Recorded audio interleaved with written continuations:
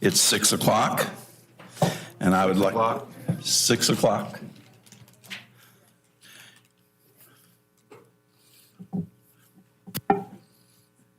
I'd like to call this meeting to order. Thank you. Would you all rise and join me in the Pledge of Allegiance? I pledge allegiance to the flag of the United States of America and to the republic for which it stands, one nation under God, indivisible, with liberty and justice for all.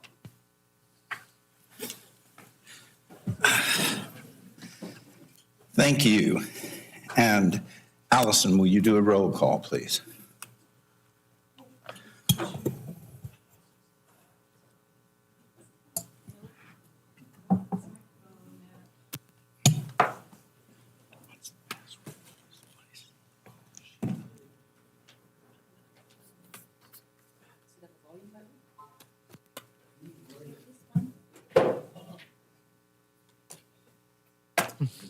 See what we can do.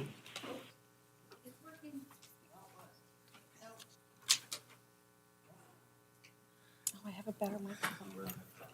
Yeah. Technology. Thanks, Matt.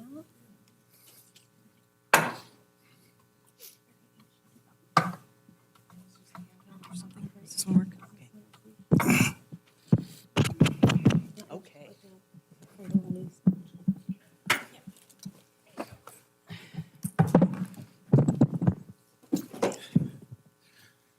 And now back to your regularly scheduled programming. Commissioner Novak. Newton. Present. Smith. Present. Montague. Here. Kopsinski. Here. Johnson II. Here. McGee. Present. Brenneman. Here. Bach. Present. Losi. Here. Summers. Here. Taylor. Here. Vernig. Hanson. Here.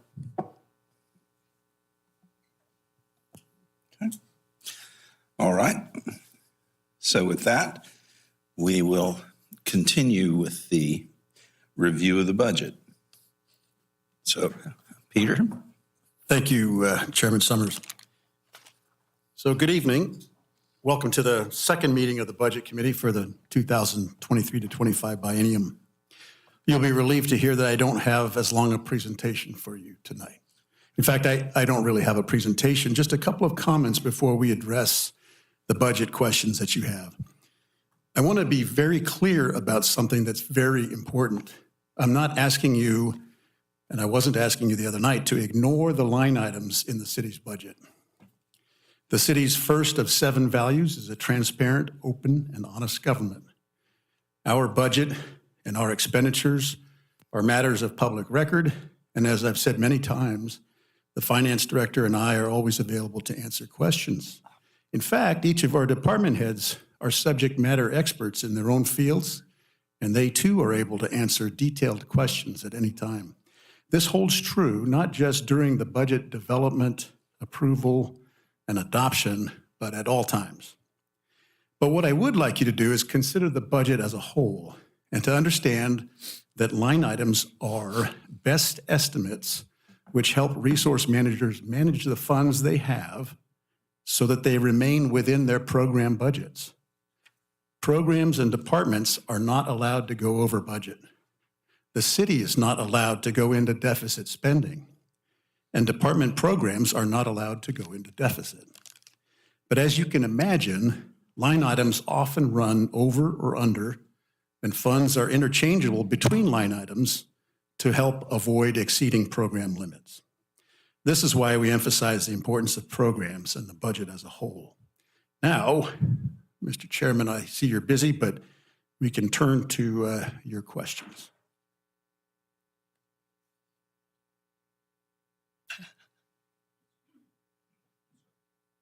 That concludes the few remarks that I have, and we can turn to your questions. Very good.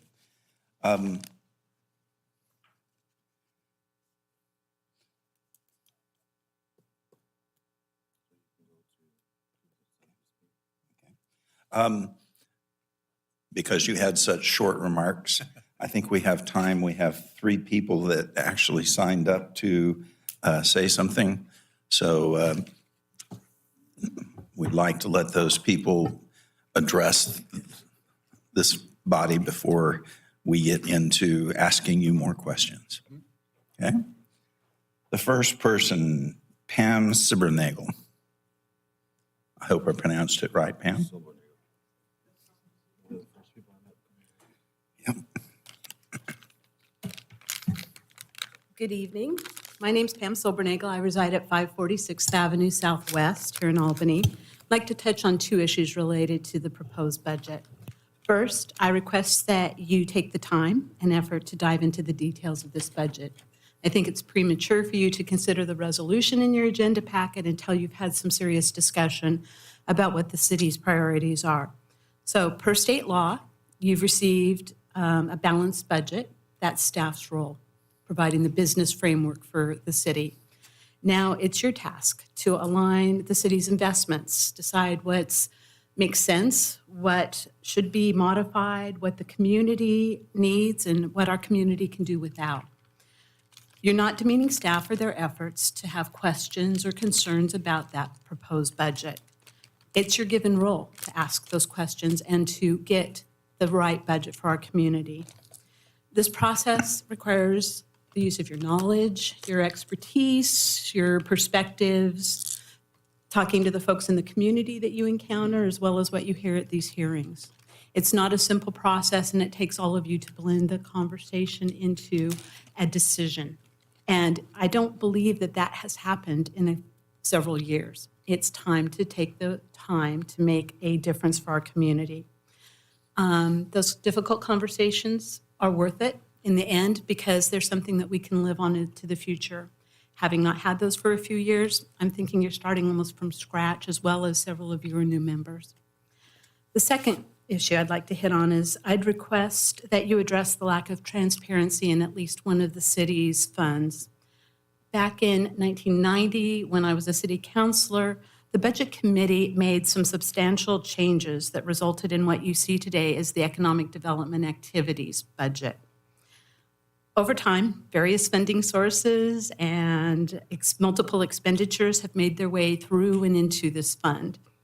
Today, I'd suggest to you that this part of the budget fails in meeting the city's intent of being financially transparent. It's simply difficult to impossible to be able to track monies here. For example, state law requires the city of Albany expend 91% of what it receives in transient lodging taxes on tourism. The way that this fund is blended, it makes it impossible for you to determine if that investment level is being met. I encourage you to take a hard look at how monies are moving through here and determine whether that investment level of 91% minimum is being met. And I would suggest to you, from what I know of that budget activity, it is not being met. One simple solution to make this a little more clear is to move those transit lodging tax receipts and expenditures into a separate fund. And in doing that, you'll be able to easily fulfill your requirements of making sure that the city is meeting its state obligations. Now, I know the council has recently created an economic development group that will be helping to create a program of economic development. I don't see that as an impediment to cleaning up at least part of the budget today. If you think you can go further than the transient lodging tax cleanup, I'd encourage you to do that. But I acknowledge that things need to be tidied. And I think that the responsibility lies with you as the policymakers to make that happen. If you have any questions that I can try to answer or further information I can bring back, I'd be happy to do that. Thank you. Thank you, Pam. I couldn't, your voice was quiet, Pam. I couldn't hear the percentage. Is 91%? That's what I thought you said. Just want to double check. I apologize, that's not like me. Anything Thank you. else? Thank you. Next, we have Dick Olson. I'll pass for now. I haven't heard any discussion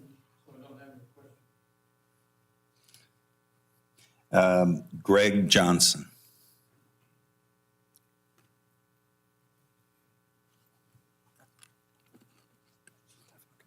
Hello. Sorry. Let me bring this closer. Can you hear me now? Thank you. My name's Greg Johnson. I live here in Albany. I'm also the general manager for the Comfort Suites here in Albany as well. I'm here today just to kind of hit on that the TLT tax. No, forgive me, I'm not the greatest speaker, so I just want to let you know that right off the bat. I have seen the budget for the tourism dollars that we're dedicating to from the TLT tax. We've, as well as Rachel with the Phoenix Inn, I believe we put out a letter to you guys on Tuesday, if that's correct, stating that they were looking for the 3% increase from the allocated budget already provided. Just as a hotelier, I know that it's hard enough for us as a hotel to try and market and advertise ourselves.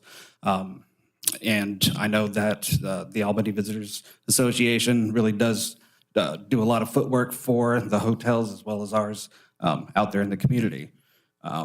In the coming future, there's going to be lots of things that people would be wanting to come to Albany for. Maybe not Corvallis, but for Albany. The Y just has the brand new soccer and football fields out there, the artificial turf. I know Mr. Johnson up there, he was at the meeting that we were there and understood that everybody can use these fields for all sorts of different things, whether it be soccer, whether it be softball, anything like that. It's one big thing that people can, as tourists, want to come for, families, all that kind of good stuff. I know the budget is set, but looking at that 3% increase would definitely be a big help for them because, as I said before, they do a lot of things as far as that in the community, advertising, marketing, and all that kind of good stuff. And I'm just here to say, hey, maybe kind of take a look at that as well. Thank you. Thank you. Nope.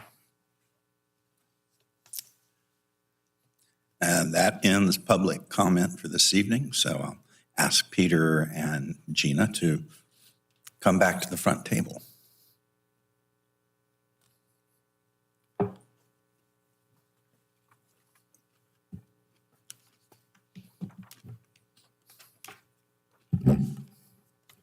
And Chair Summers, before you start on the questions, I have to correct a statement. The minimum that ORS requires us to spend is 44.5%, not 91%. Historically, the city has spent between around 66 to around 70% on tourism promotion. There is a difference of opinion between the Restaurant and Lodging Association and us, but they are not a state government organization. They're an advocacy group for restaurant and lodging. I'd also like to make the comment that we do currently track TLT in its own program. So those dollars and those activities that are related to the TLT funds are tracked in its own program. You can see it out there. It is in the Economic Development Fund, but it is its own program. Okay. I just want to make sure that I understood you correctly. So it's budgeted under one, but when you report out on activities, you have that broken out. Is that what you're saying? The activities are broken out in that program. We have specific line items for things like tourism. We have the Main Street program. There's money that goes to like Northwest Art and Air. Those are called out. Okay, thank you.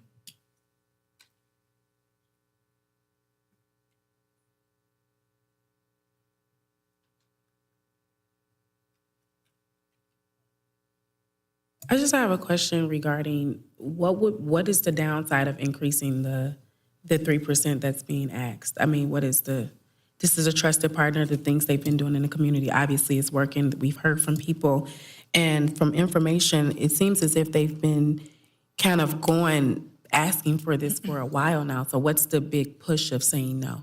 So I tried to explain on Tuesday that we are in a period of transition.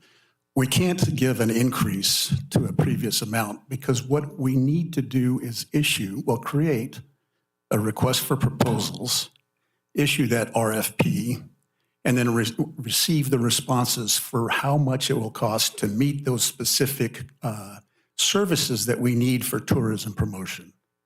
So if you're familiar with how that process works, we are engaging our Tourism Advisory Committee now to help identify what those services are.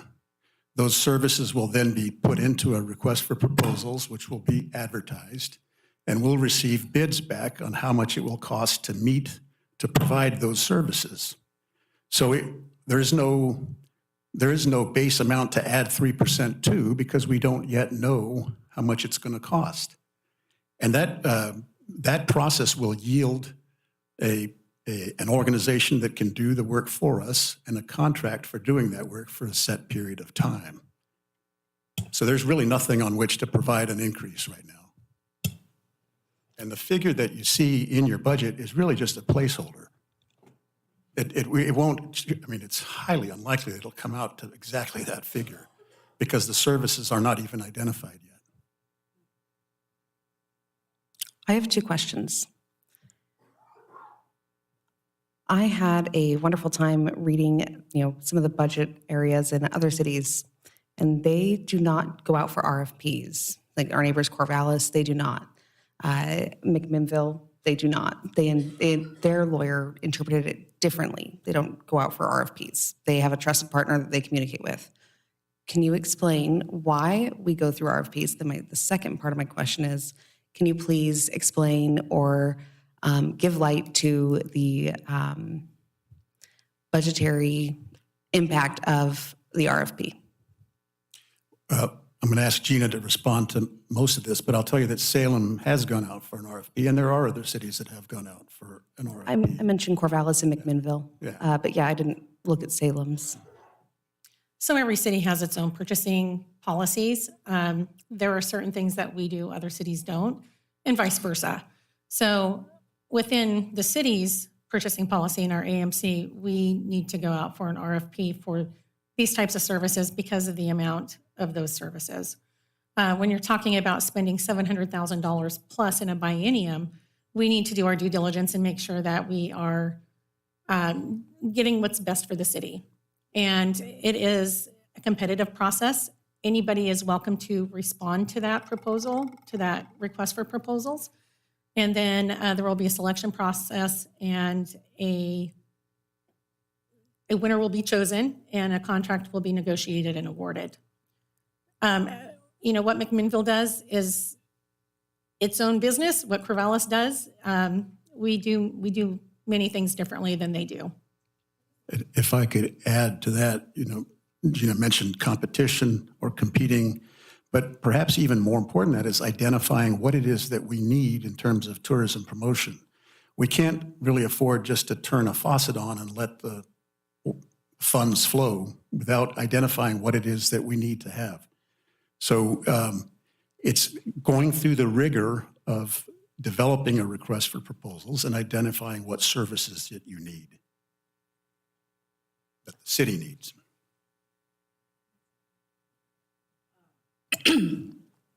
Well, I understand the purpose of an RFP. I get that. But it just seems a bit just extra if other communities that are very similar to us, and you didn't mention Salem or because they're not that in similar to us in demographic, I guess, or size, and you said what McMinnville does is their business.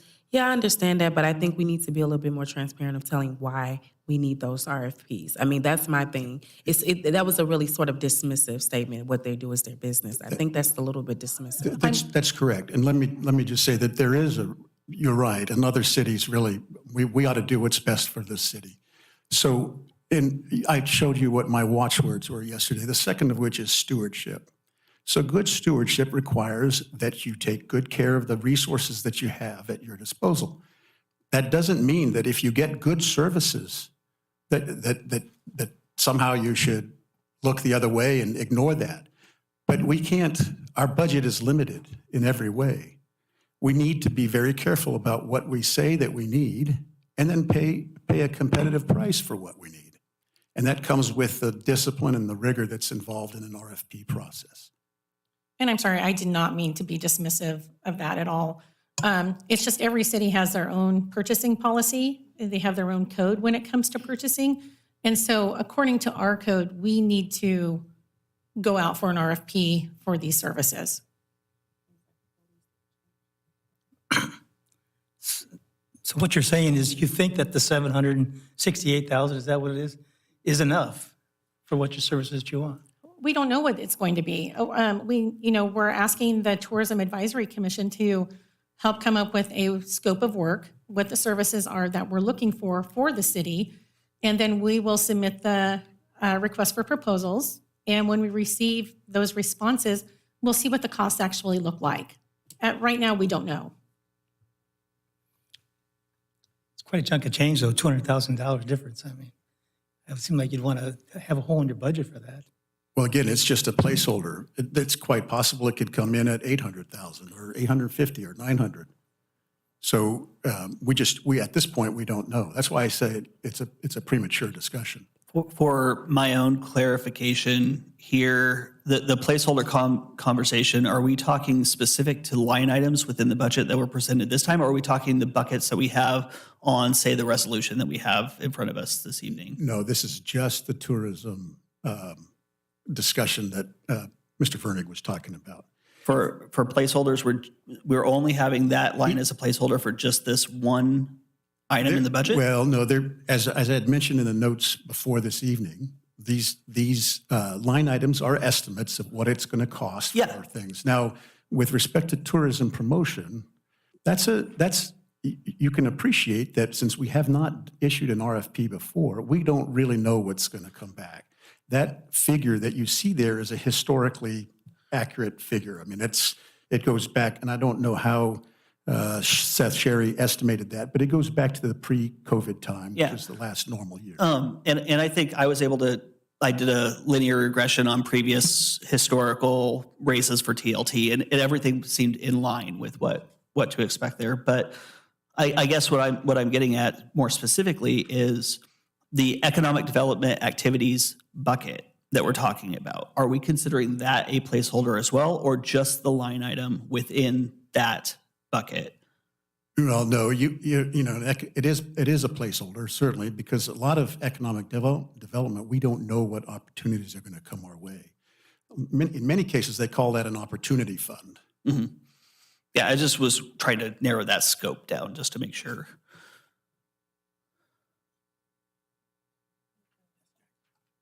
I have some questions about personnel summary. So on page, it starts on 31, but you're going through and summarizing the changes in FTEs over the next biennium. And on page 32, under economic development, there's a note that there's a reclassification for senior code compliance inspector to permit technician 3, but on page... You mean in community development, not economic? Yeah, that's what I meant.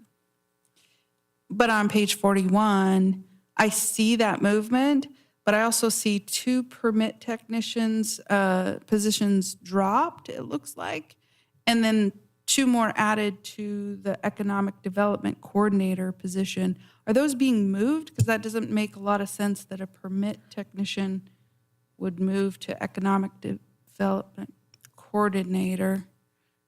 Am I reading that correctly, or? I'm sorry, I missed the page number. Could you repeat that for me? 41. 41? Okay. Yeah. So under economic development coordinator, it increases by 2, and I see the movement for the senior code compliance inspector. That's fine, but the 2 permit technicians, 1 and 2, are dropping or removing those positions. Or are they moving to the economic development coordinator positions? No, the economic development coordinator position, there's only one position for that. If you look at the permit technician 3, that's where you have the 3 positions. Jackie, you might have had the same, like, my document updated in the beginning, I noticed that as well. There were 3. When I talked to Seth today, it was edited. Looks like there was a typo. There was a typo for the 3. They are not budgeting 2 additional positions. They're just going to keep the 1 and then the director level. Okay, so, but we are dropping the 2 permit technicians then? Well, they now have 3 permit tech 3 positions instead, and I think they will underfill them if they need to. Got it. Thank you. Mhm. That was helpful. Helpful to have the right numbers. Oh, I did change the parks personnel number and updated that today. So you may, if you go out to the new document online, you'll see that's happened. There's a new budget document out there? Yeah, the updated budget documents online with that updated, with that change. I didn't know that.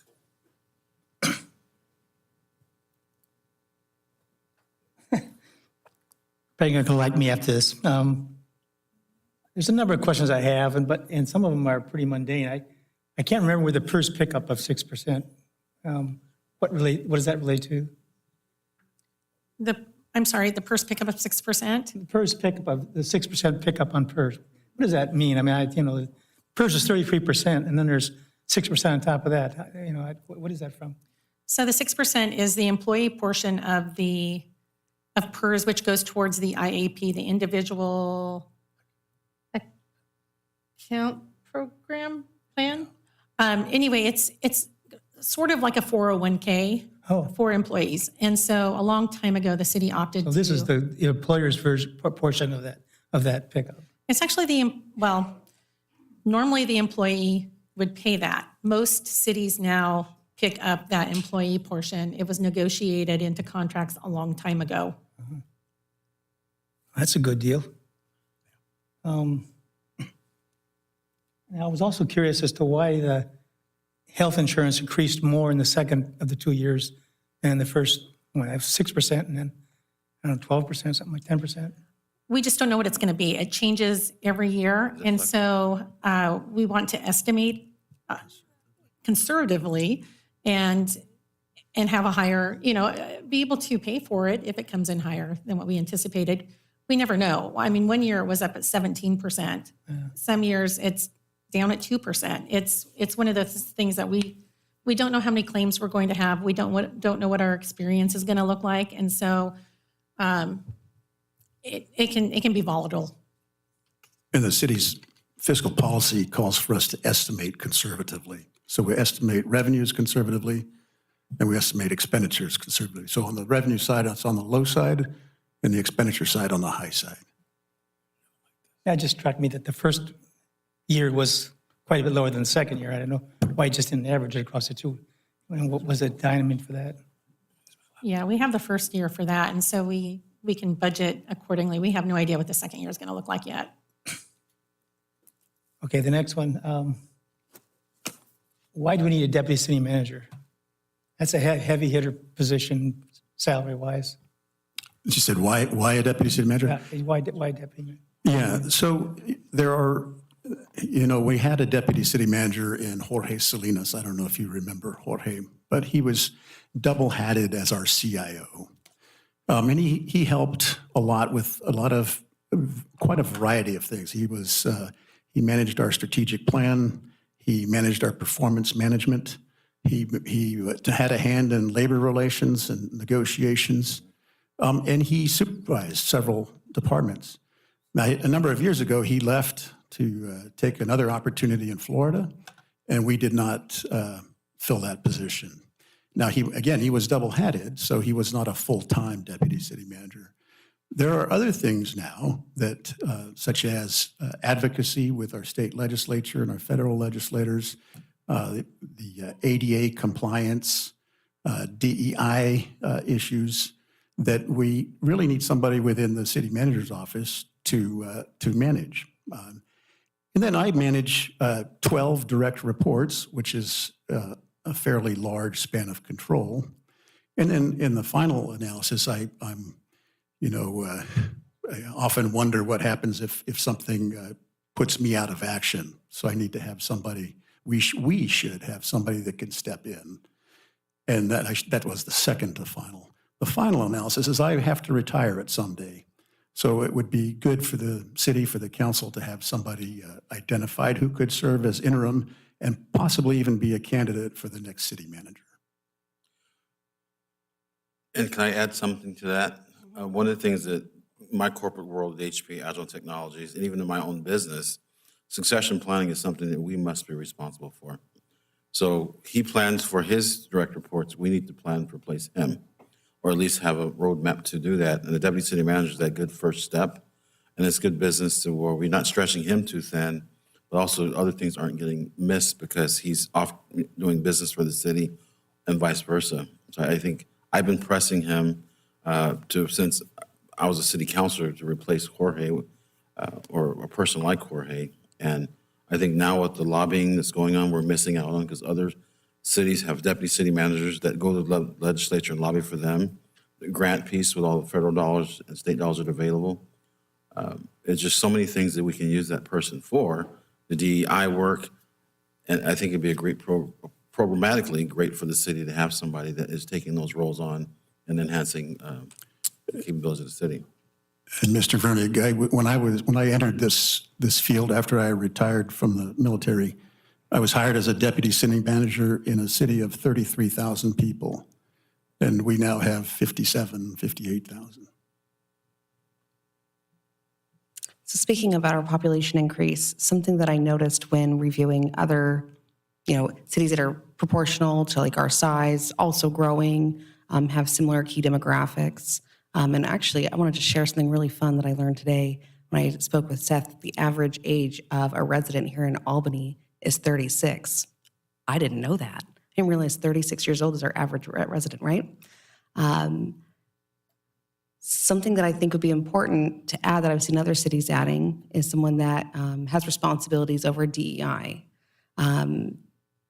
either like as a director position or as a management position, doing something to work with staff and within our community. And they also usually take on similar lobbying and working for funds for their communities. Is this something you see encompassing part of the deputy director role? Or, and then, another thing as well.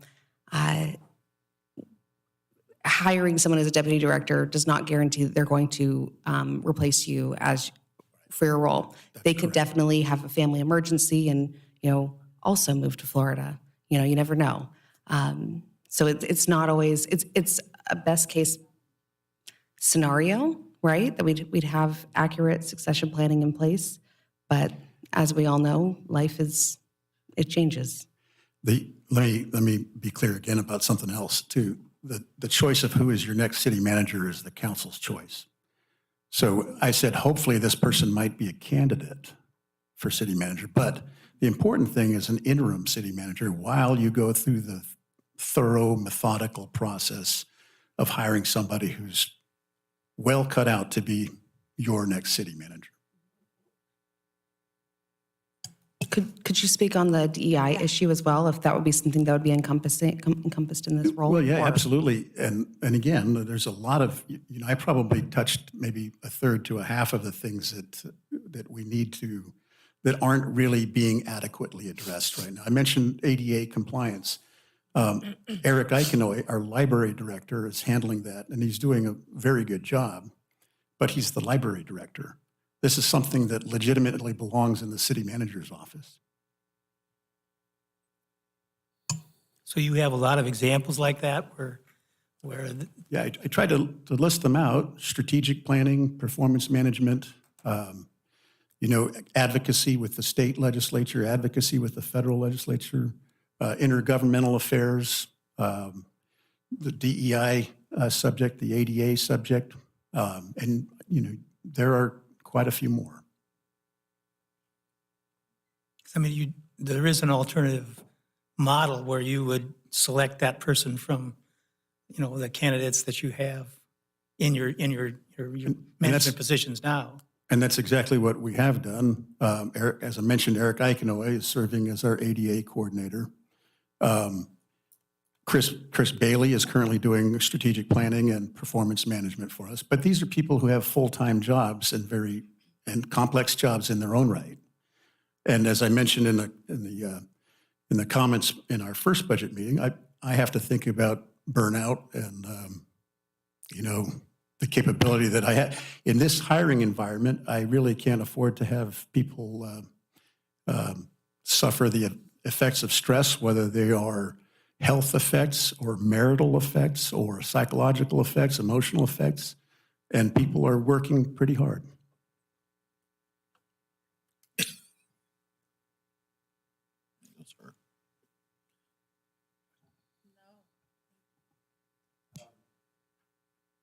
There. I received the letter today, thank you, Gina, and wanted to address one of the first things in that letter. This letter is from Keith Goodrich, and it is the 5th paragraph where he talks about the proposed budget package shows an error, and I believe that's his word for it, on page 15, property taxes, item 5. Could you address the question that he proposes there, Gina? Absolutely. I think maybe there was a misunderstanding. We have to look at assessed value from both Lynn County and Benton County. So I went out to the 4As, which is a report that the assessor's office has put out. And I looked up what the current value to compute tax rate was for each of those counties. And then I took the numbers for this current year. I multiplied those by an increase of 3%. Then I multiplied that number by an increase of 3% to get to the total assessed value for the biennium. And when you multiply that times the 1.15 dollars per thousand of square foot, thousands of assessed value, it comes out to be about 11.3 million. But we also have to look at compression. So currently compression is hitting at about $500,000 a year. And so I just brought that down by $1 million to cover that. And so that's where the 10.3 million comes from.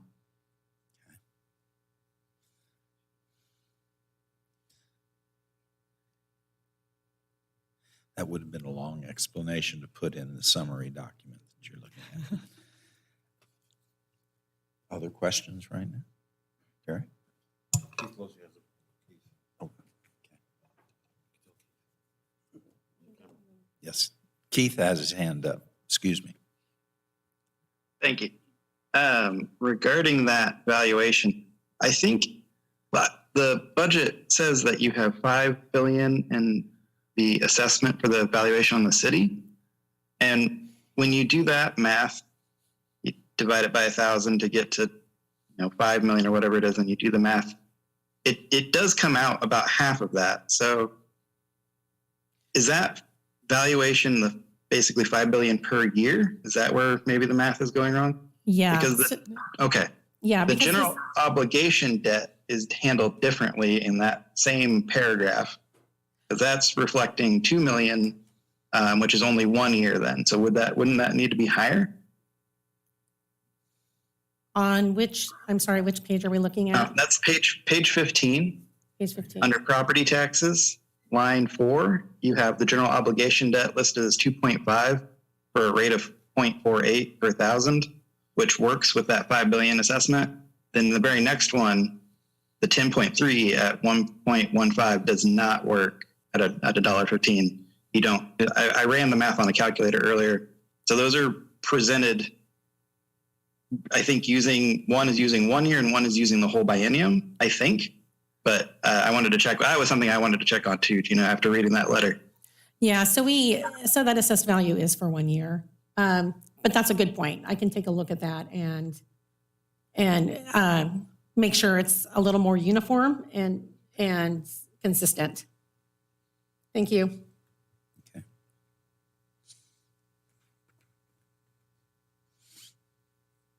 But the 10.3 million is for the biennium. Okay. And if it's okay with the chair, there was another point in the letter, and I think I asked about this on Tuesday, but I wanted to see if Gina could clarify again why the property tax valuation is going up 9.8% roughly. I asked about this on Tuesday because I looked at that math and I was like, that seems like we're getting a bigger increase. And I know you gave me a reason, but I just wanted to have it since we had another letter about it. If you'd reiterate again why that is going up. Sure. So every year we have assessed value goes up by 3%. So if you look at fiscal year 22, then if we take that number and then we multiply that times the 1.03, then that number multiplied by 1.03 and so on. What I actually did with these though is I went back to 2017 and then I listed all of unfortunately I can't share my screen on this. I'm having issues with that. But I went to 2017 and put in actuals for 2017, 18, 19, 20, 21, 22. And then I ran a forecast for that. And with the numbers that we're looking at, we're predicting an increase of somewhere between 3 and 3.5% over the next biennium. But if you look at those numbers and you have the 3% that's over the fiscal year 22, so it does really come out to be about a 9% increase because you're doing 3 over 3 over 3, if that makes sense. It's the compounding effect. It's a compounding effect. Yeah, it would actually be a little bit over 9%.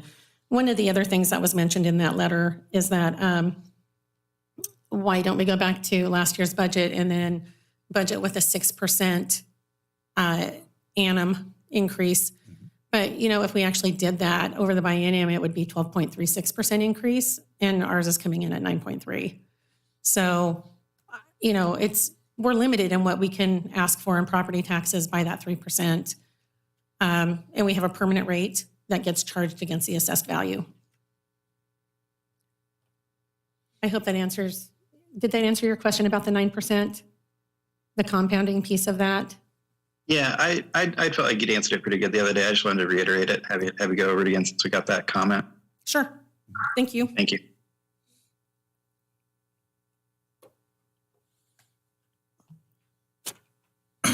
There's a number of references in all the different schedules for employer-paid benefits. Is that number you talked about before, where you're paying part of the employee's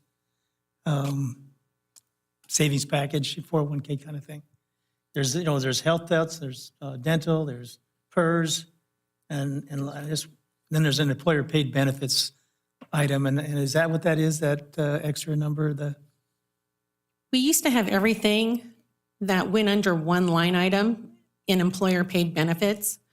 And then in I think it was the last budget, we decided that for better tracking and better reporting, we separated those out. There is, let me see, did you have a specific page you were looking at? Well, I was looking at page 245, but they're throughout all the different employee, sections. I'm a very visual person, so it's easier if I can see what you're asking. So that's fine. So yes, so where we have the employer paid benefits, those are, trying to think of what makes up that piece of it.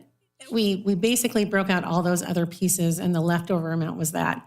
Casey, can you see what makes that up? The employer paid benefits?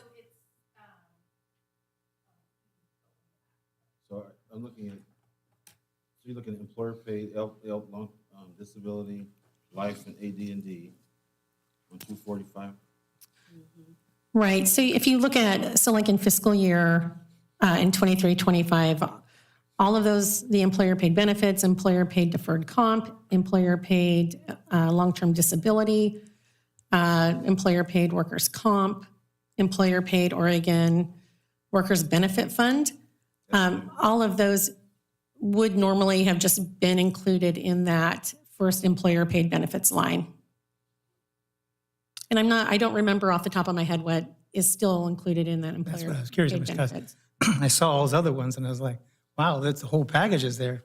And then there's still this other one that is not that well defined, I guess you say. So I was just curious what it was, because it is significant. I mean, Well, and like I said, we broke out all the employer paid benefit pieces just for easier that's good tracking, easier transparency, right? budgeting, easier, more transparency. yeah, that's good transparency. I agree with that. So, But you're left with the leftovers, whatever they are. I don't know what they are. How about limited tax pension? What is that? It's on page 16. 16 or 16? Page 16.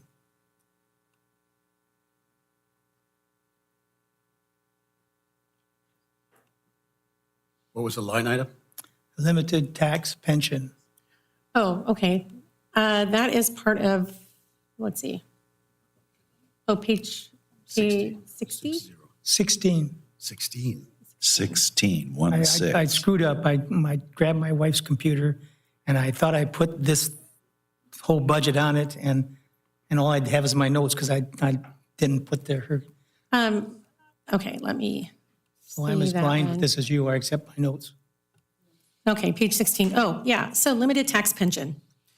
So way back in the day, the city, along with some other entities, went out for limited tax pension obligation bonds to help with a side account for PERS.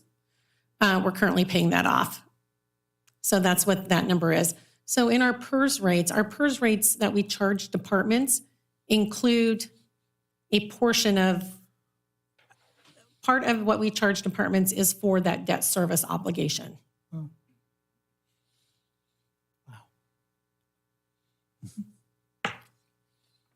Thank you.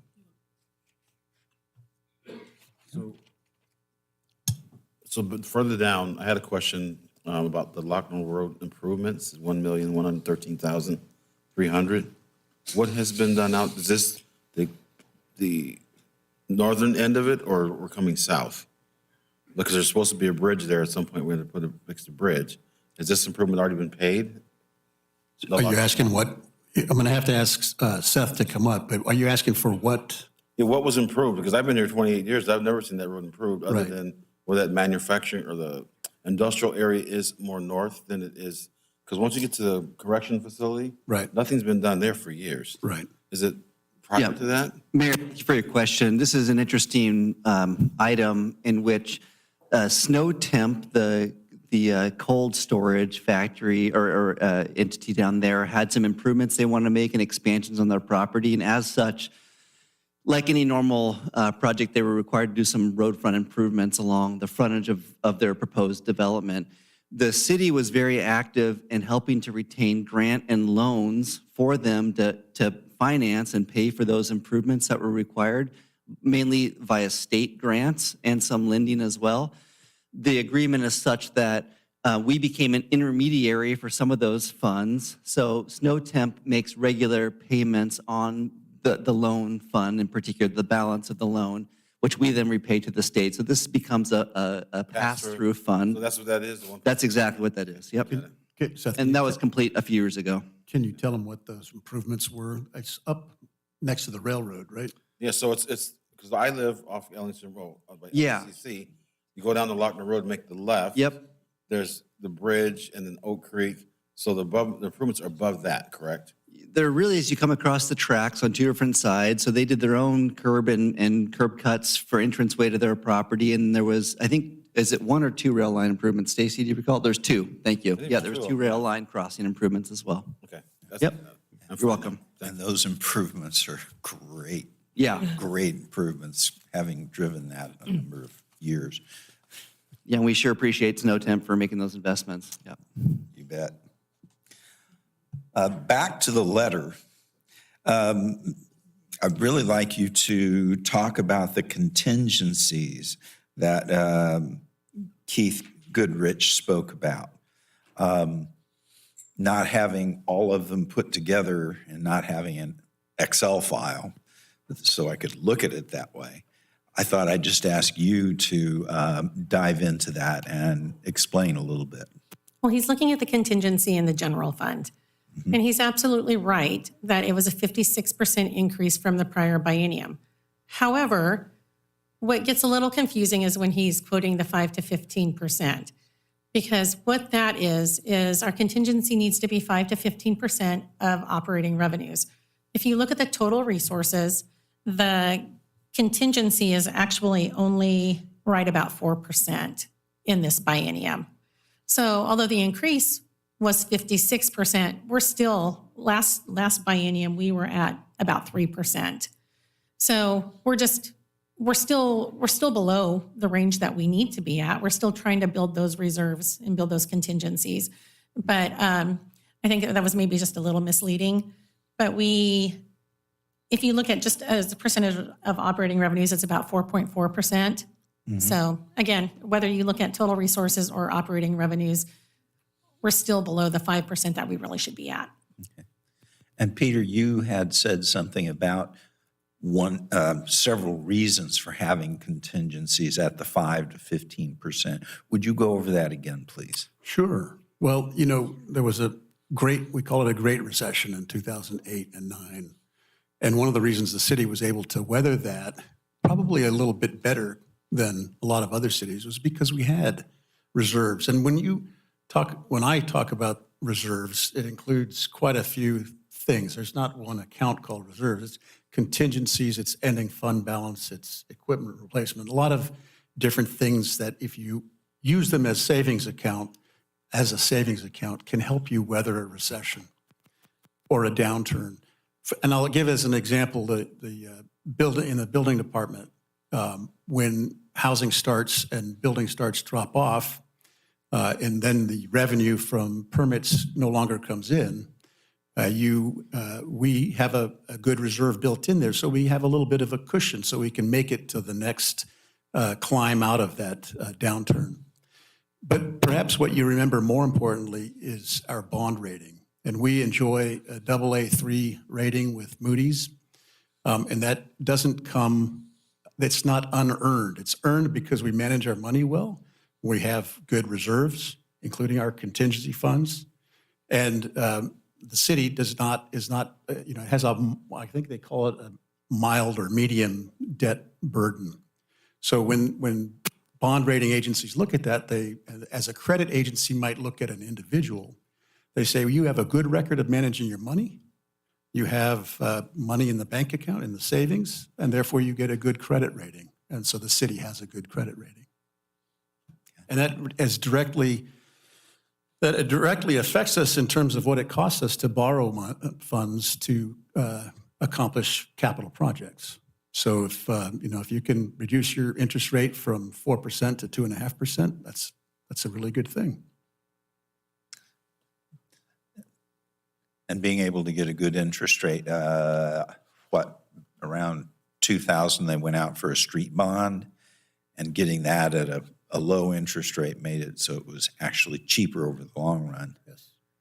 So, thank you. Ed?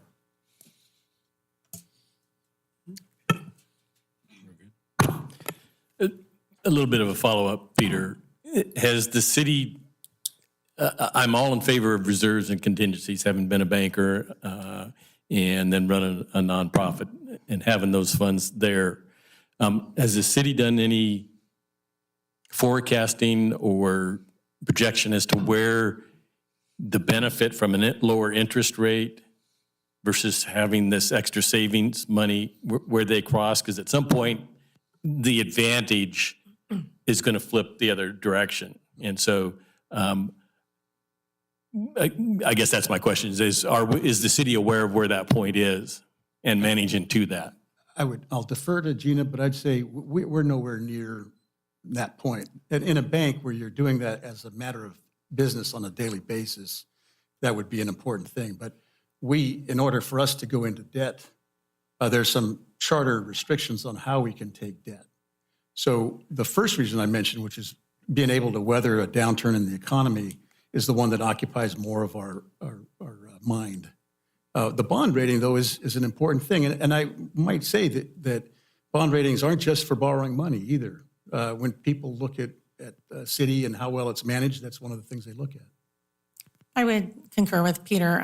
Right now, we really don't have the reserves that would really be a consideration yet. Our numbers are still low enough. We're still trying to build up some reserves, but it's certainly something that we would want to look at if we were able to start stocking more money away. Okay, that's really the answer I was trying to get to was you're aware of it and are monitoring it, but we're so far from it at this point that it's not really an issue. Right. Thank you. It's me again. Then Jared. The engineering services and the facilities engineering, those are the consulting engineering activities, right? That's not the, you got wages and salary for engineers. These are I'm on page 291, but that's just one of the budget sections that has the engineering in it. And that's what I assumed that was, right? That's the simple question. So on stormwater administration, Yeah, under stormwater, yes. I'm sorry. and you're looking at the engineering services of Public Works Engineering Services? Yeah. So that Public Works, so you know how we have central services, we have things like finance and HR that are in our city's central services. Public Works has their own set of central services. So their engineering services reside in this one program. And then as they do work on various projects throughout the city and the different funds, like in sewer and stormwater and streets, then those charges get charged back to this, Okay. they get their funding from those transfer programs. kind of function. Okay, so here's the other one, page 288. Stormwater street flooding is not part of this budget. It'll be provided under part of stormwater rate discussion 23-24. And I guess there's not a good budget item for that in this budget is what I kind of got out of that. So, I mean, where we stand with DEQ in that respect, and are the funds inadequate to plan? In other words, it seems to me there ought to be a chunk of money in the budget for that item. So I would ask if Chris Bailey's back there, I'd ask her to come forward and comment, but the stormwater utility is our newest utility. And as she briefed the council recently, up until this point, they haven't had a separate capital, they have had an account, but they haven't had money in it.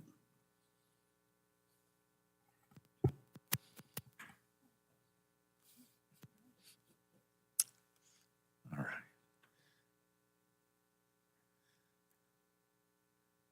It's quite a tome you have under your arm there. Do you like that? It's a lot. I have a lot of notes. Your question is about which line on this page? I just want to make sure I'm answering. I mean, there's almost a program kind of It's determination. the narrative in the Right. beginning.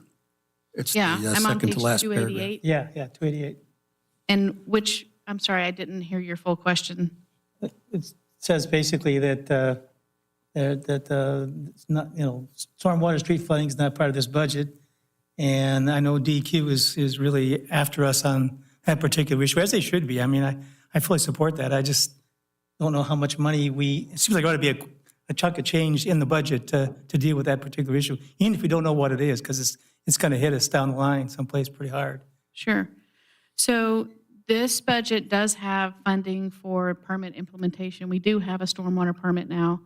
And the buildup of this fund has been largely to support all the work that goes into the DEQ required permitting and things. So this budget will support permit implementation and management. What the narrative on this page is talking about is we expect those costs to continue to rise, but also in the stormwater fund, we don't have a routine capital funding mechanism. So what we're missing in stormwater right now that we have in water and sewer is a portion of the rate that goes towards, I don't understand these microphones. A portion of the rate that, It doesn't want to hear a it. portion of the rate that goes towards routine capital replacement of pipes that are about to fail. So in the sewer fund, we have a portion of our rate that goes dedicated to capital funding. The stormwater fund has no dedicated capital funding. And we know we have hundreds of millions of dollars of need in the stormwater system and no dedicated capital funds. So next year, over the course of the next year, we'll be talking with the council about changes to that rate structure that will include a capital funding target, just like we have in water and sewer, which means stormwater rates are going to continue to have to increase if we want to proactively manage our system. I hope that answered your question. That answers where we're going. I guess that's what was my point. It seems like we ought to have some kind of a number in there now. I mean, you throw some water at it or something. I don't know. Yeah, well, we can't take from another fund. And I'll say that we're leaps and bounds better than we were. So the stormwater funding that we do have is way better than what we were doing, which was essentially nothing in the storm system. So we are managing and implementing the permit. We are complying with the regulations.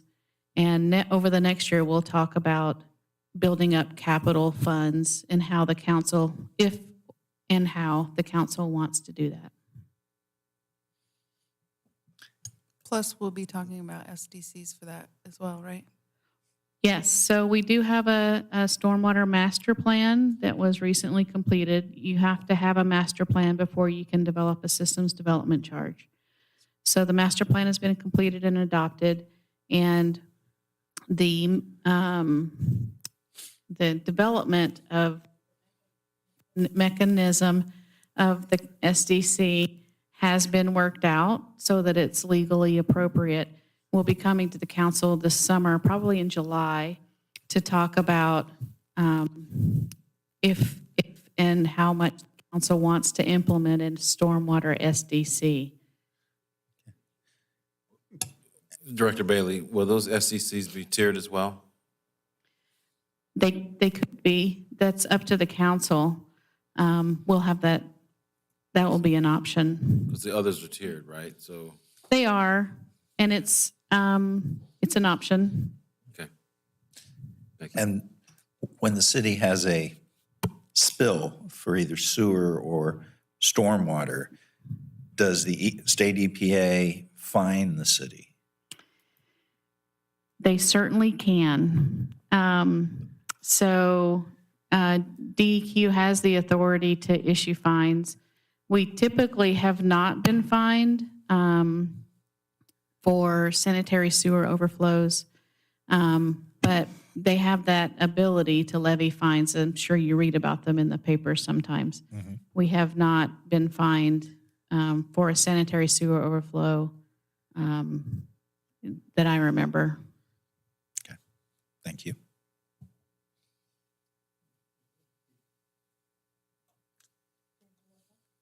Okay.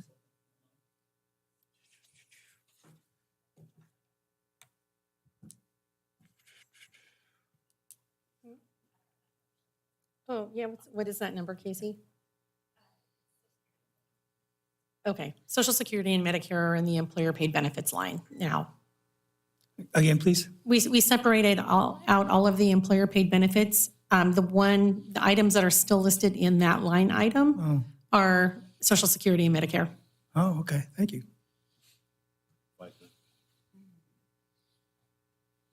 What page is that? That was 296, right? With those separate funds. I think you were asking across the board, right? Across the board, yeah. In every 289. program that has wages and salaries, you're going to see those benefits lined out that way. Stormwater. I was looking at what Commissioner Bernard was saying about the benefits. Couldn't remember which page. It was 291, correct? Yeah, there it is. So what was it? 245.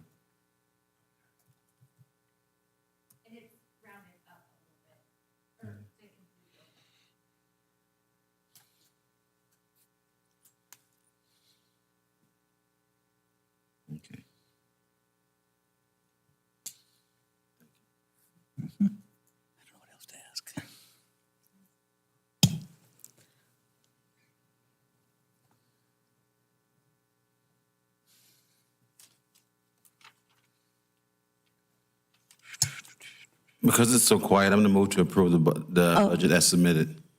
I was waiting for the chair to recognize me. I apologize. It's okay. Looking. Oh, it's all good. I was just like Please, Steph. staring intently right at you, hoping you'd feel it. So I agree that we should be good stewards of our budget. And really, like, I feel like our budget as a city, it reflects our values and what we really truly value as a city, right? How we're prioritizing our funds. I also, believe in that old adage, an ounce of prevention is worth a pound of cure. And I was looking, it seems like every single department across the board is underfunded, correct? It's what it seems like, right? And we aren't going to spend money we don't have. We can't do that. I feel like when evaluating historical budgets for the city of Albany, and again, looking at the proposed budget, that we have severely overlooked the underfunding impact for our parks and recreation programs and our libraries. In fact, there are countless nationwide studies. There are other on how libraries bring in, I believe it's, someone's calling me from the city, a constituent right now, so my phone was vibrating. I always think it's you, Peter, because it says Albany City Manager, but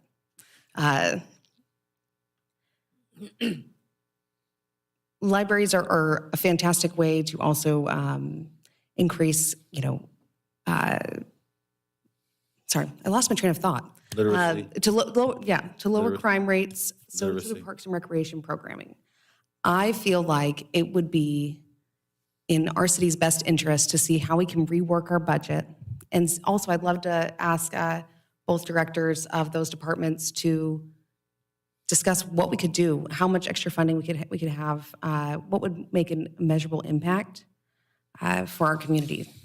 I think that that's an area where we should prioritize some funding, especially since I know that we did get some grants that they're expiring, that were their one-time grants that were for those departments for some, for example, I know the park that I live by, the small one, the little neighborhood one, and we were able to get a grant for that. Henderson? Yes, Henderson, yeah. I'd love to explore that before we move to approve any part of this budget as well. I would ask that you reassess that, because this ship is not a ship that turns real easily. And as Councilor Smith has pointed out before, the strategic plan that informs our budget has been written, and it's been implemented, and we have spent months, actually since November of last year, working on this budget, and it reflects what I think pretty accurately what the priorities of the community are. That's not to say that priorities don't change. They certainly can, and they do. But it's not something that can be done on a turn of on the flip of a coin. So we're going to go through this budget process again in about starting in about 18 months, and we'll have to take a look at priorities again. You, the council, will have to take a look at priorities and give us updated guidance on the strategic plan. Now, you can. I mean, it's certainly the budget committee's prerogative to direct adjustments to the budget, but you'll then have to identify where those monies will come from. So, and like I said, this budget is balanced, carefully balanced, and if one were to try to take funds away from one program to give them to another, that balance can be can be upset fairly quickly. Will be upset fairly quickly. So it's not something that, I understand where we have had these discussions. I completely agree that libraries have a deterrent effect on, or have a helpful effect on preventing crime 20 years from now, 15 years from now. So do parks, and we need to invest in them. So we have made every effort to keep investing in them. If we want to increase that investment, we'll have to find either alternate sources of revenue to do that, or other places in the city's budget where we can cut. And that's something that takes careful work. I would say, though, that is also the Budget Committee's authority to do so if decided, so. I would still love to hear from both directors if they have any ideas. I'm not sure if there's anything that they would love to see funding move towards. Also, I'd love for us to become more of a proactive instead of a reactive community, and instead start doing things to help us mitigate crime or even high school dropout rates or other things like that, and help us come together more as a community with better programming, better third places. You know, you've probably heard about third places. They're like the places where people don't have to spend money, is a park, is a library. We have so few of those, and I'd love to see what we can do. And there's so many studies. I'm happy to forward as many over to you as possible. I've gone through reading them. I really feel like there's a value in doing this, and I would love the opportunity to hear from both of them. You can certainly hear from both of them, but you'll put them on a very difficult spot because you're asking them what they can give you lots of ideas about places where they can invest money, resources, but it'll be very tough for them to identify where those funds should come from. And so it's certainly the Budget Committee's prerogative, Mr. Chairman, to hear from anybody you would like to hear from. Mr. Summers? Yes. Okay. Just as a reminder, Councilor Newton, not too long ago, we had a full presentation from all of the department heads as to what their budget perspectives were, where they were shortfalls and where they thought they could use more funding. So we're not going to get anything new on this type of a discussion. So I'm not sure that it's timely to have that done now. Mr. Kopczynski, I did bring that up as well during those presentations. I asked about what they would do with additional funding if possible, but there wasn't one that was definitely on the spot. But I feel like maybe there's been a few months since then. Maybe they've thought about it. And also there's the possibility of knowing what kind of funding we can provide. I'd love to see where we can move some things around. I just want to echo exactly what you're saying, and I just have a couple of things I'd like to add for comment. The budget was sent out on Thursday. We were to meet about it on Tuesday. I don't think that's ample enough opportunity or time to look through, especially for new folks like myself and some other people up here. I think we should have a full week, if not like a week and a half, to really delve into it. And I know that you all said that, we don't have to get into the weeds of the line items, but I think sometimes maybe we do. And if we have additional questions, so this question that that committee member Stephanie just said about being able to move money around for the libraries and whatnot, if we had this earlier, maybe they could have been able to present to us again and tell us, yes, I've come up with some new information. There's been some new ideas, or whatever the case may be. I feel like this is a bit of a rush process, and I don't know if it historically used to be like this. Wait a minute, I'm almost finished. That it just seems a bit like, let's just boom, boom, boom, boom, boom. And I am all about the proactive being, versus being reactive. And I just think that it was sent out, late in the day on a Thursday. Folks be taking off, people be going out of town and what have you. And it just did not give ample enough opportunity to really look and study in the way that it needs to be. 1, 2.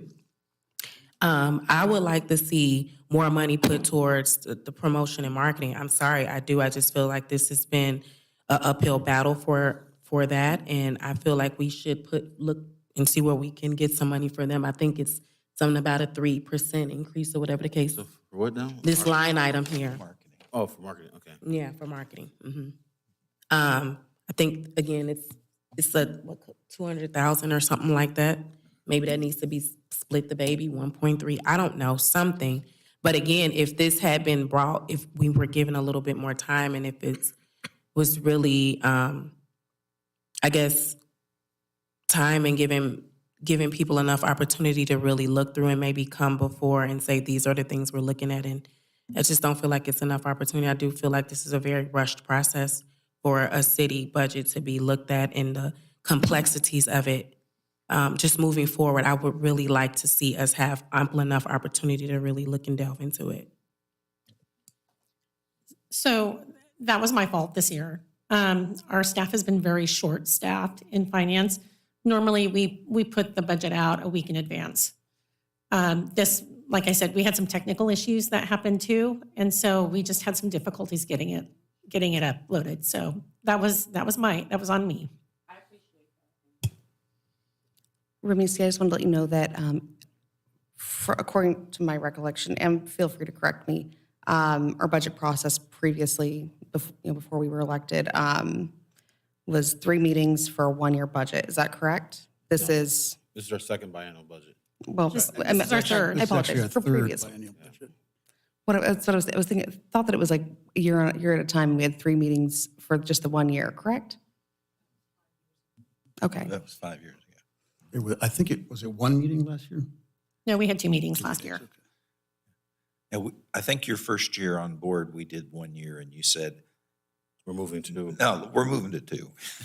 Well, I think the process has been different because what we did is, in the past, is we had departments present at each of those meetings.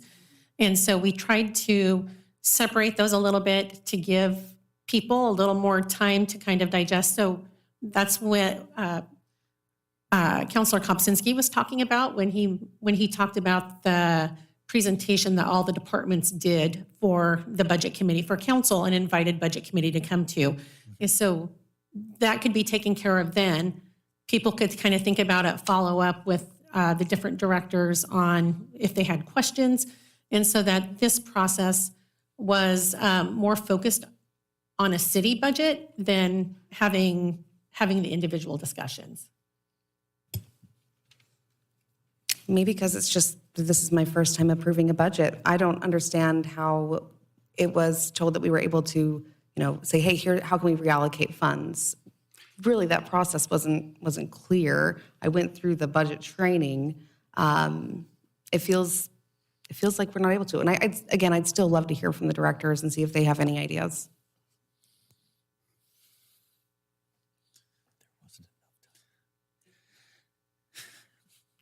If you would, I know that Eric Eichenoy and Kim Ledane are in the back and ready to talk if you'd like to hear from them.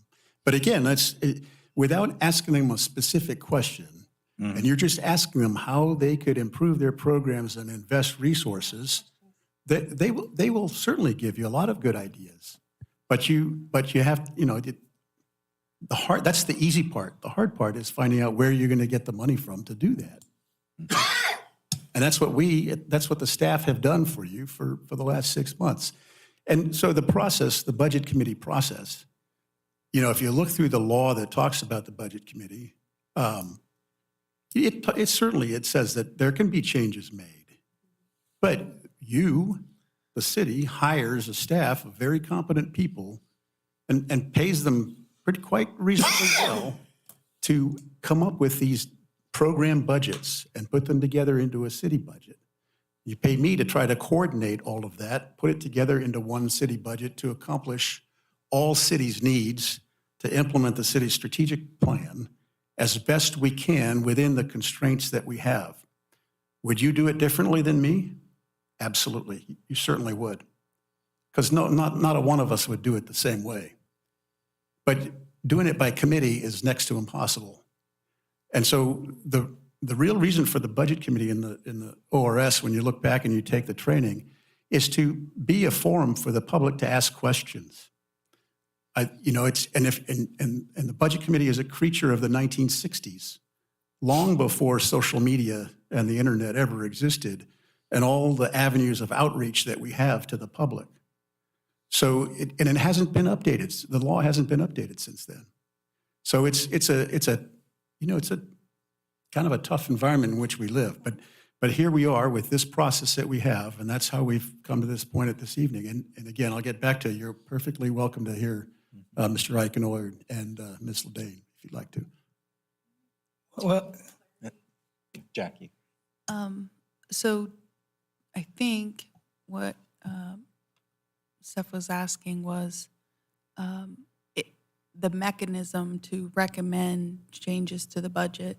Specifically, can you answer that question? If the budget committee, a budget committee member would like to recommend a change to the budget, what is the mechanism for that? Do we move for that, or how does that work? Well, I think I think you'd need to identify what is the change that you want to make. This has not happened in my, in my experience. The Budget Committee would have to identify what change they want to make, which is what they want to appropriate money to and where they would like that money to come from, and then make a motion, have it seconded, and vote on it. And I would Thank you invite for that Gina to clarification. correct me if I'm wrong. No, you're correct. Yeah, it would come as a form of a motion, and then we would debate the merits of anything that came up. And then it would be a majority vote on that. Yeah, and the other thing per the ORS is that any budget that comes out of this committee, whether it's the adopted budget from the staff or our budget, that's what goes to city council for final approval. Yes, what comes out of this committee is the adopted budget. Is the approved budget. I'm sorry, the approved. We have submitted the proposed budget, and you will approve it or not. Ultimately, you will approve it, and then the city council will be asked to adopt it.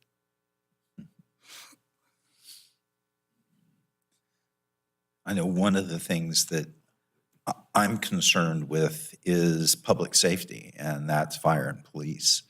And I know that there was discussion about how close we were to the norms of firefighters and or police officers per 1,000 residents.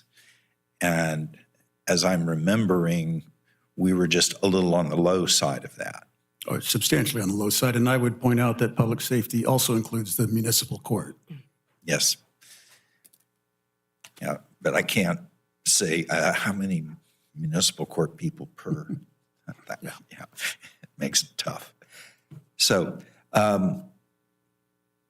yeah, having places for kids to play, for people to be able to spend time, their leisure time, and enjoy what we have here in Albany, but also feel like we've got the public safety pieces in place. All of them don't have the funding we'd like to have. And I think I look at the budget you've given us, and you guys have done a heck of a job spreading that money out to the best you can. So thank you.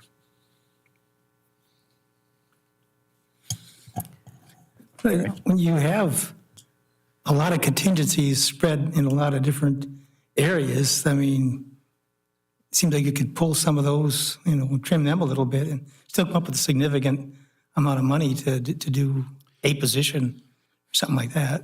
Well, again, I'd bring your attention to the caution about one-time monies. And, if you take one-time monies and you hire people for 2 years, you have to lay them off later. And that's not a position that anybody wants to be in. And as Peter has spoken to earlier, if we draw down contingencies, which are those reserve funds, it affects our credit scores and capabilities if we need to borrow money going forward. So it's a real juggling act. Chair Summers. Yes. I would like to remind people that 2 years ago, we were looking at a potential $5 million deficit in the general fund. And the solution to that was the subject of discussion for a year, 2 years. How are we going to cut money? Where are we going to cut it? How can we raise more money? What can we do differently? It was a daily conversation among the staff for all of that time, the subject of multiple council meetings with spreadsheets of how this would save that and this would change that. Ultimately, we ended up with a $5 million gap to keep services at the current level in the general fund.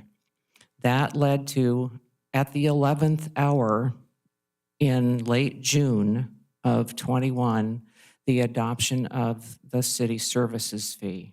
That closed the gap.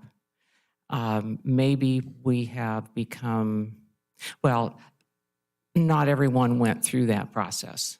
And so it's the conversations are still fresh in my mind, both as a retiree and former. When the conversation started, I was still an employee. The decision to do the city services fee came after my retirement and once I was elected to the council. So I've felt it on both sides. It was a very difficult decision to make, but we would be in a much different place if we had not done that.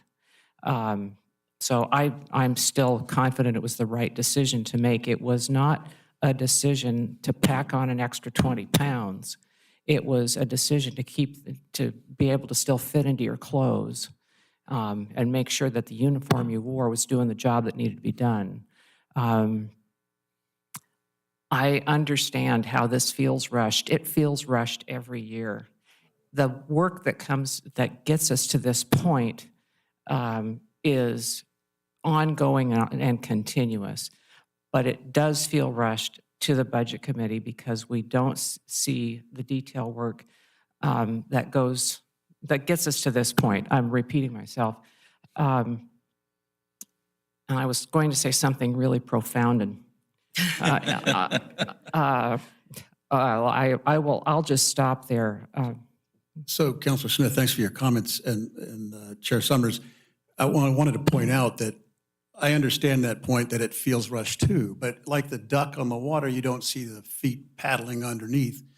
If you remember, last year we invited the Budget Committee to come in here, several presentations on PERS, on property tax.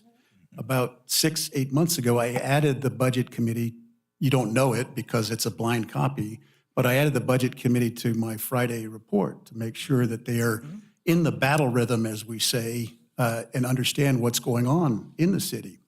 So this is an attempt to try to get Budget Committee members to understand what it is that we're facing in terms of challenges. And then, of course, we had the January briefings, outlook briefings from department heads.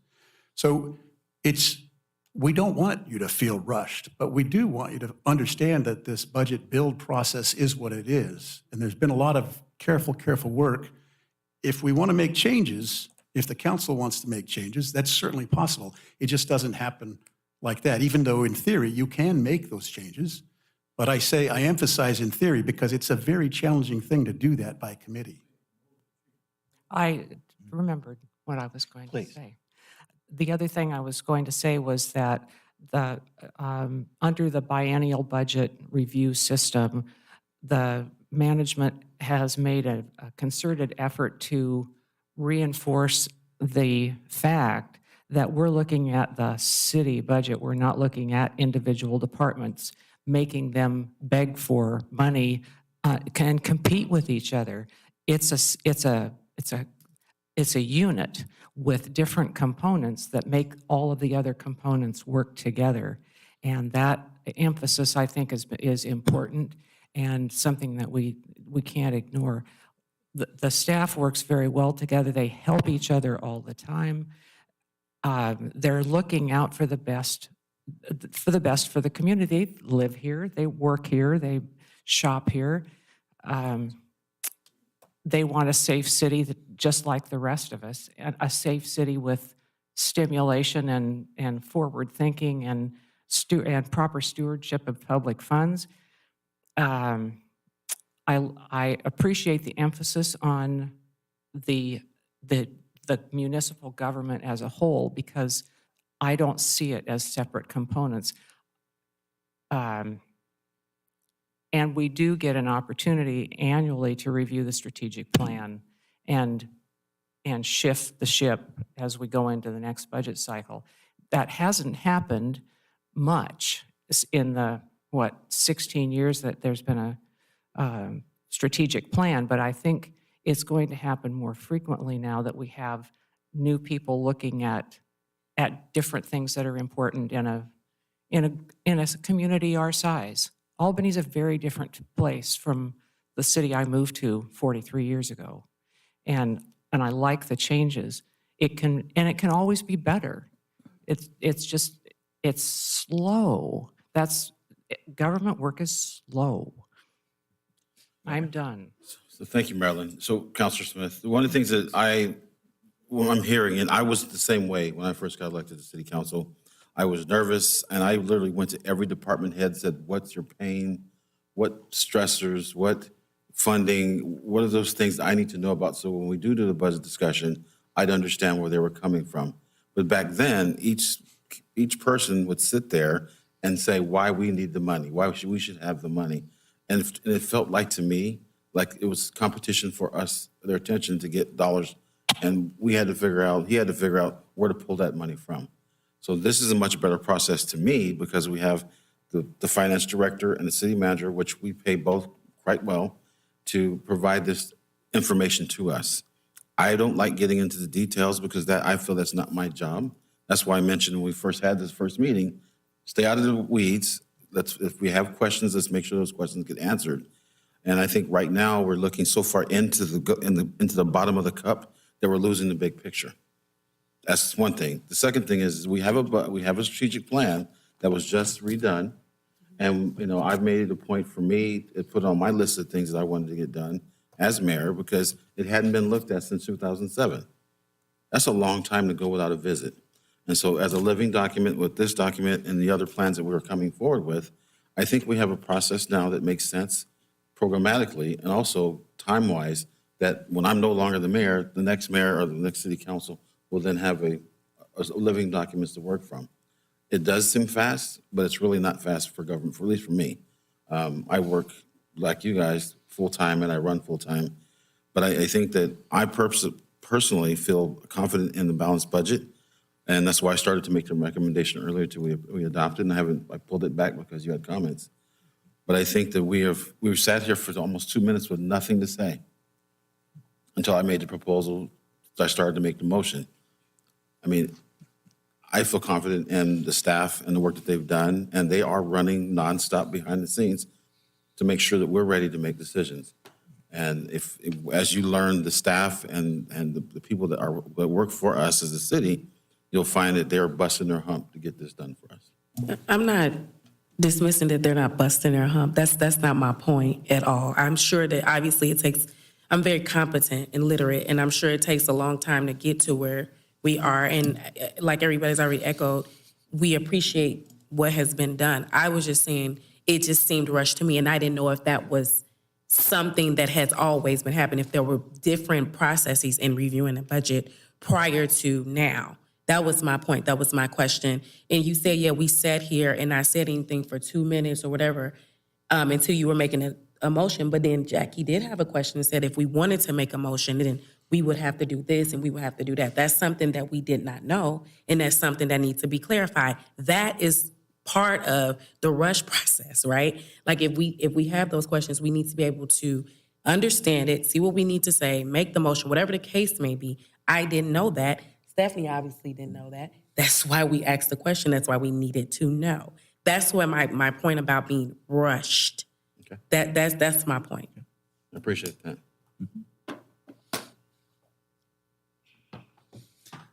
And Peter, I'm going back to the letter I got from Kevin Goodrich.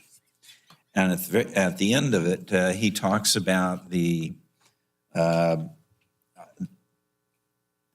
increases that we're going to see on the $9 a month city service fee. And I would appreciate it if you would explain that again.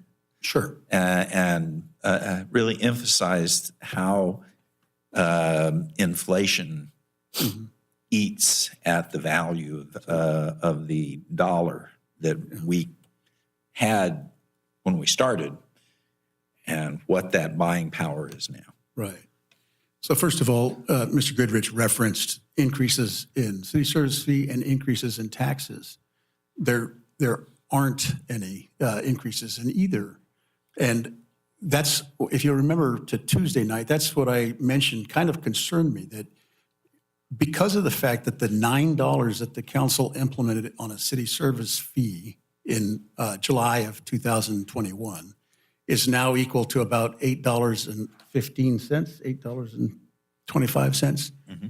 You just, and everybody in the community feels this, that's inflation. So it's, and you all have seen increases in LBCC's tuition. You've seen increases in Republic's services. We have not increased the city services fee. We've kept it at zero. But you know, especially if inflation remains at 8 or 9%, that can't be the case going into the future, which is why I brought up that with the next biennial budget, we'll have to be talking about that. And property tax, that's a much more complicated subject. Gina tried to explain some of that. We have our limitations statewide, and then we have our commitment to how much tax we can raise. One thing we didn't talk about, which Gina might mention a few words, is compression. And that is something that affects us. And it's, you know, I'll admit that when we talk about compression and property tax in general, I struggle to keep up with that subject. But Gina, I don't know if you want to try to mention compression. Okay, well, one of the things I had sent out to the Budget Committee was an LOC property tax primer, however you want to say that. And it talked about measures 5, 50, 47. And basically what happens is that taxes are the tax rates are charged against the assessed value. But there's a limit in how much that can be against your real market value. So if your assessed taxes come in higher than 1% of real market value, then they don't charge it. They just cut it off at that 1% of real market value. And the amount that you don't pay is considered compression. So in the current fiscal year, we have about $500,000 in compression that is affecting our tax revenues. And it's specifically hitting the local option levy. And so the money that we're assessing, we have $1.15 per thousand assessed value. Anyway, $1.15 per 1,000 of assessed value. But that's not the money that we're actually getting in because of compression. So it has to do with assessed value versus real market value and how much of real market value that we can charge. Okay, it was a mistake to ask for that. My eyes glaze over too. It's hard for Gina to explain. It's hard for us to understand. There is a primer that she sent out, and the League of Oregon Cities has that too. But let me get back, Mr. Summers, to the question you asked, Mr. Goodrich's question. Taxes and the city service fee are not going up with this budget. I have a question about the city services fee. I know we've had some new dwellings built. How have you extrapolated any data from that to see how much more funding we'd have from the new dwellings in relation to the city services fee? You're asking, new development in the city has to be providing new revenues in property taxes, and you're wondering what that is? And yes, and the city services fee. It was one we've extrapolated and added that to this budget as part of our. Are you able to? I don't have information about development right now. Right, but there's a projection. I think that if you went back to the last budget and you looked at revenues, and then you look at her forecast for revenue in this budget, the delta would be it wouldn't be all the difference. It would be that new development plus any growth in assessed value for existing properties. Okay, thank you. And then also just mentioning the city services fee, a way to budget for certain things. I think it would be possible to reallocate the percentage of the city services fee that's allocated to different departments and reallocate some of that money. That could be a possible funding source, just an idea. But yeah, just wanted to pitch that as well. And also, I apologize for always asking so many questions. Again, this is my first time passing a budget, and I also do not want to be considered a rubber stamp. I don't want to be the person that's like, yes, I'm going to pass this. I'm going to always ask questions. And please don't apologize for asking questions. We welcome questions. Don't. It's great that you're doing it. Chair Summers, did Appreciate you want to have the directors speak or did you not? I'm sorry? Chair Summers, did you want to call the directors up to ask, so we could ask questions from their departments? I believe that's your, It is not for me, it is for us to make that decision. If you Okay. would like to have that, let's present it to the whole group and vote on it. Okay? okay, I want to move that we have directors for Parks and Recreation and director for the library come and speak to the budget committee so we can ask them questions about a potential increase in their budget. I'll second. Okay. Got the motion on the floor. Please repeat the motion. I want to move to have the director for both I'd park. like to have them repeat it. Oh, who? Someone that can, because I'm not hearing it as well here, so I'd like to. I believe the motion was to have Director Ledane from Parks and Recreation and Director Eichenoy from the library come forward so that you can ask questions of them. Oh, okay. That's pretty simple. Okay. All right. All in favor, say aye. Aye. Aye. Aye. Opposed? Say nay. No. No. Allison, let's do a roll call vote, please. Commissioner Newton, Yes. Smith, No? Montague, Yes. Kopsinski, No. Johnson II. No. McGee, Yes. Brenneman, No. Bach, No. Losi, Yes. Summers, No. Taylor, Yes. Vernick, Yes. Hanson. No.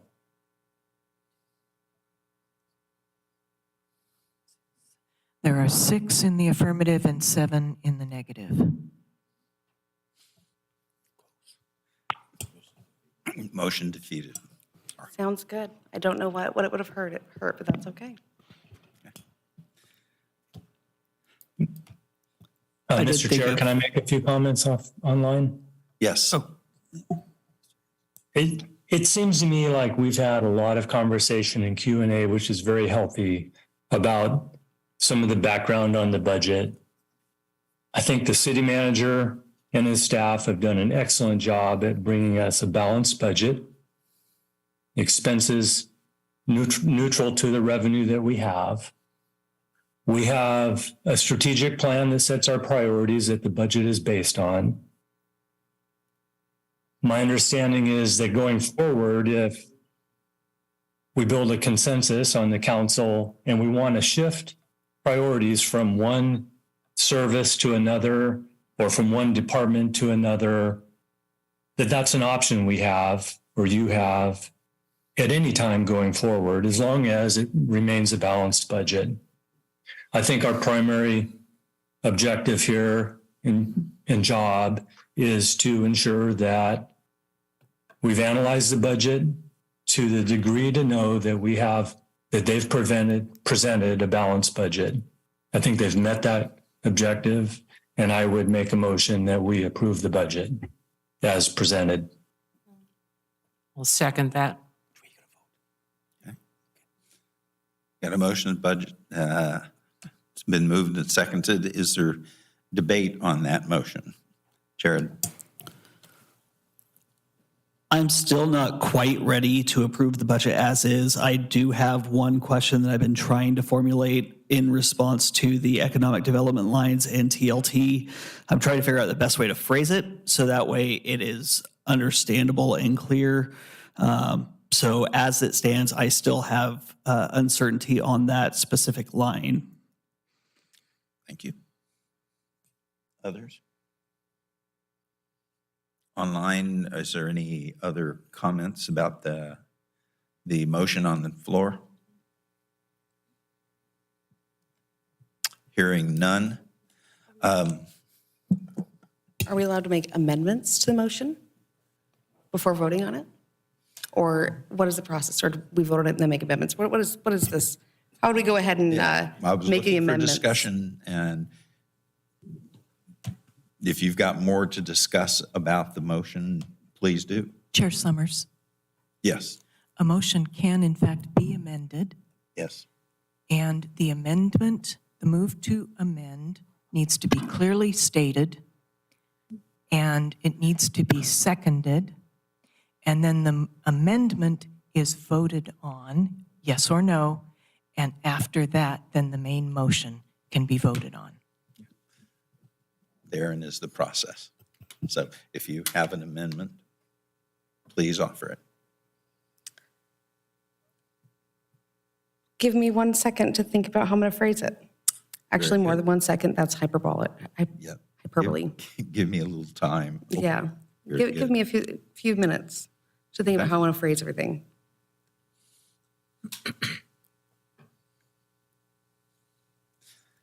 And thank you, Allison, for the lesson.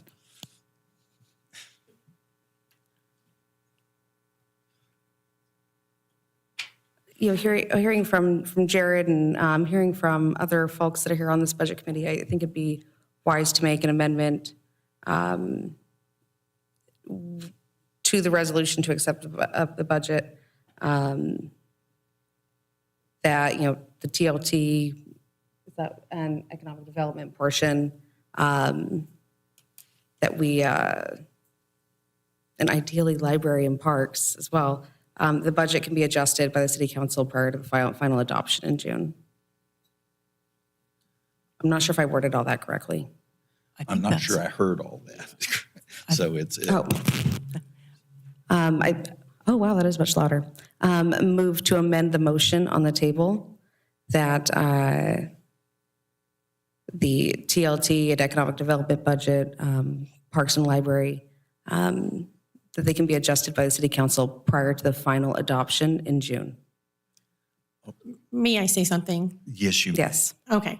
So council does have that right when it comes to adopting the budget. There's a public hearing and it will be presented to council. And at that time, they have an option to make changes if they wish to do so.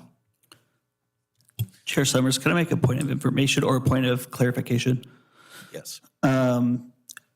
Would it be possible for the committee to approve part of the budget? Or does it have to be the whole thing?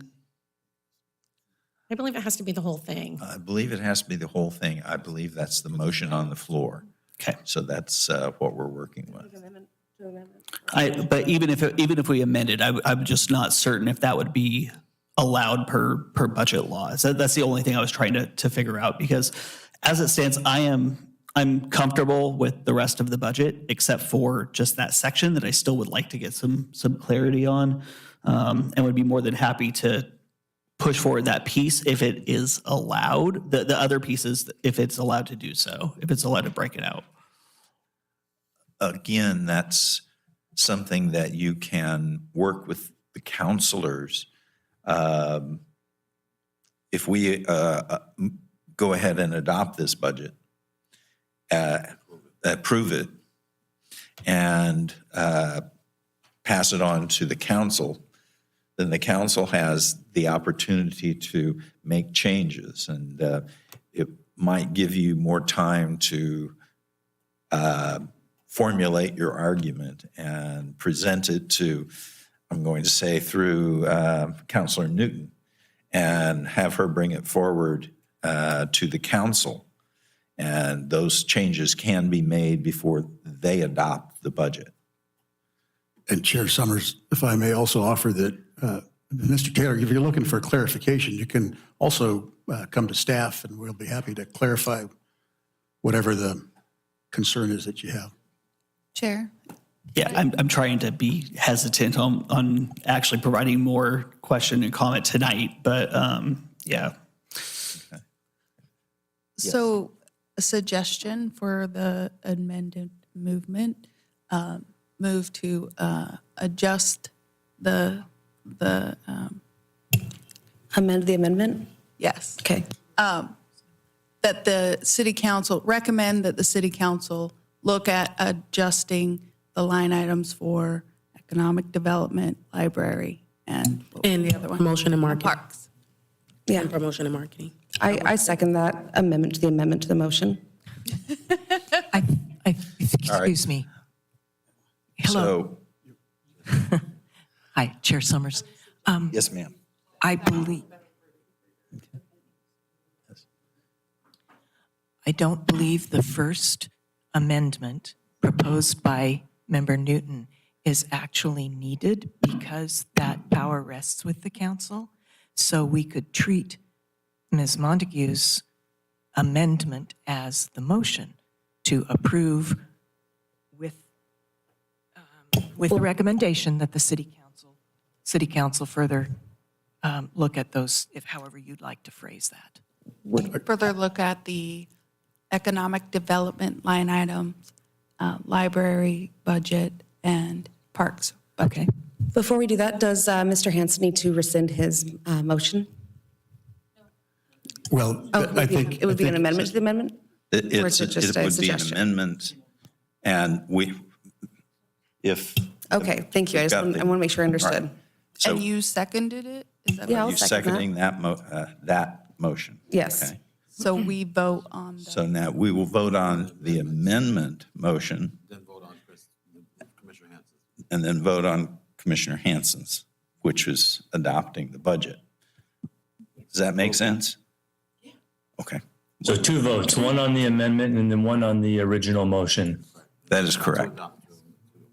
But, and my mistake of saying adopting, it would be just approving.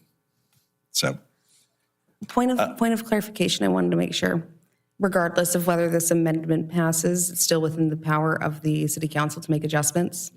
yes. Okay. Before it's final, correct? That is correct. Yes. So,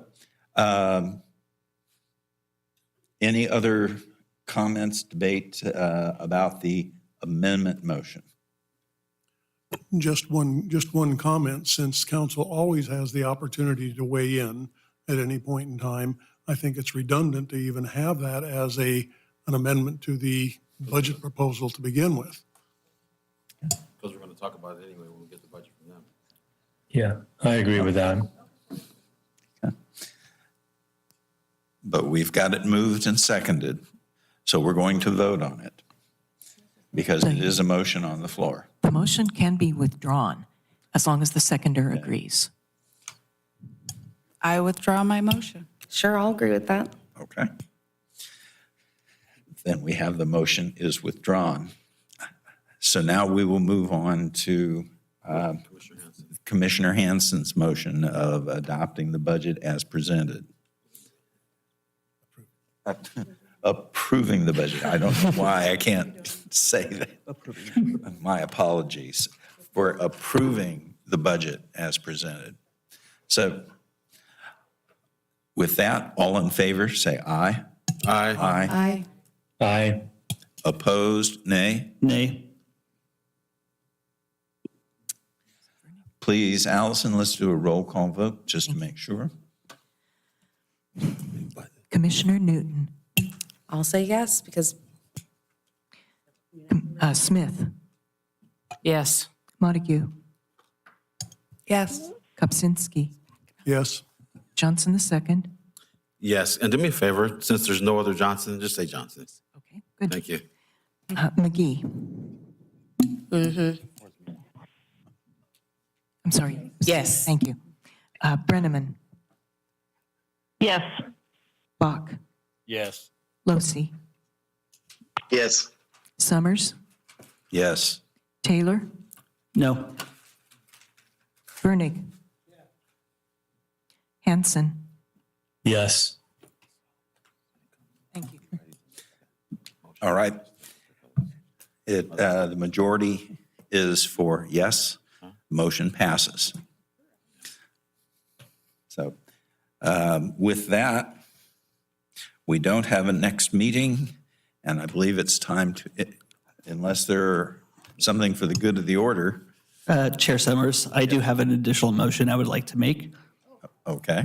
I would like the Budget Committee to meet with the Finance Director on a regular basis outside of just the regular budgeting cycle time. So I would like the Budget Committee to meet quarterly with the Finance Director to discuss the future 2025, 2027 budget prior to the process or during the process, so we all can be more informed as we move forward in adopting the next biennium budget. I second. Clarify. That's a good idea.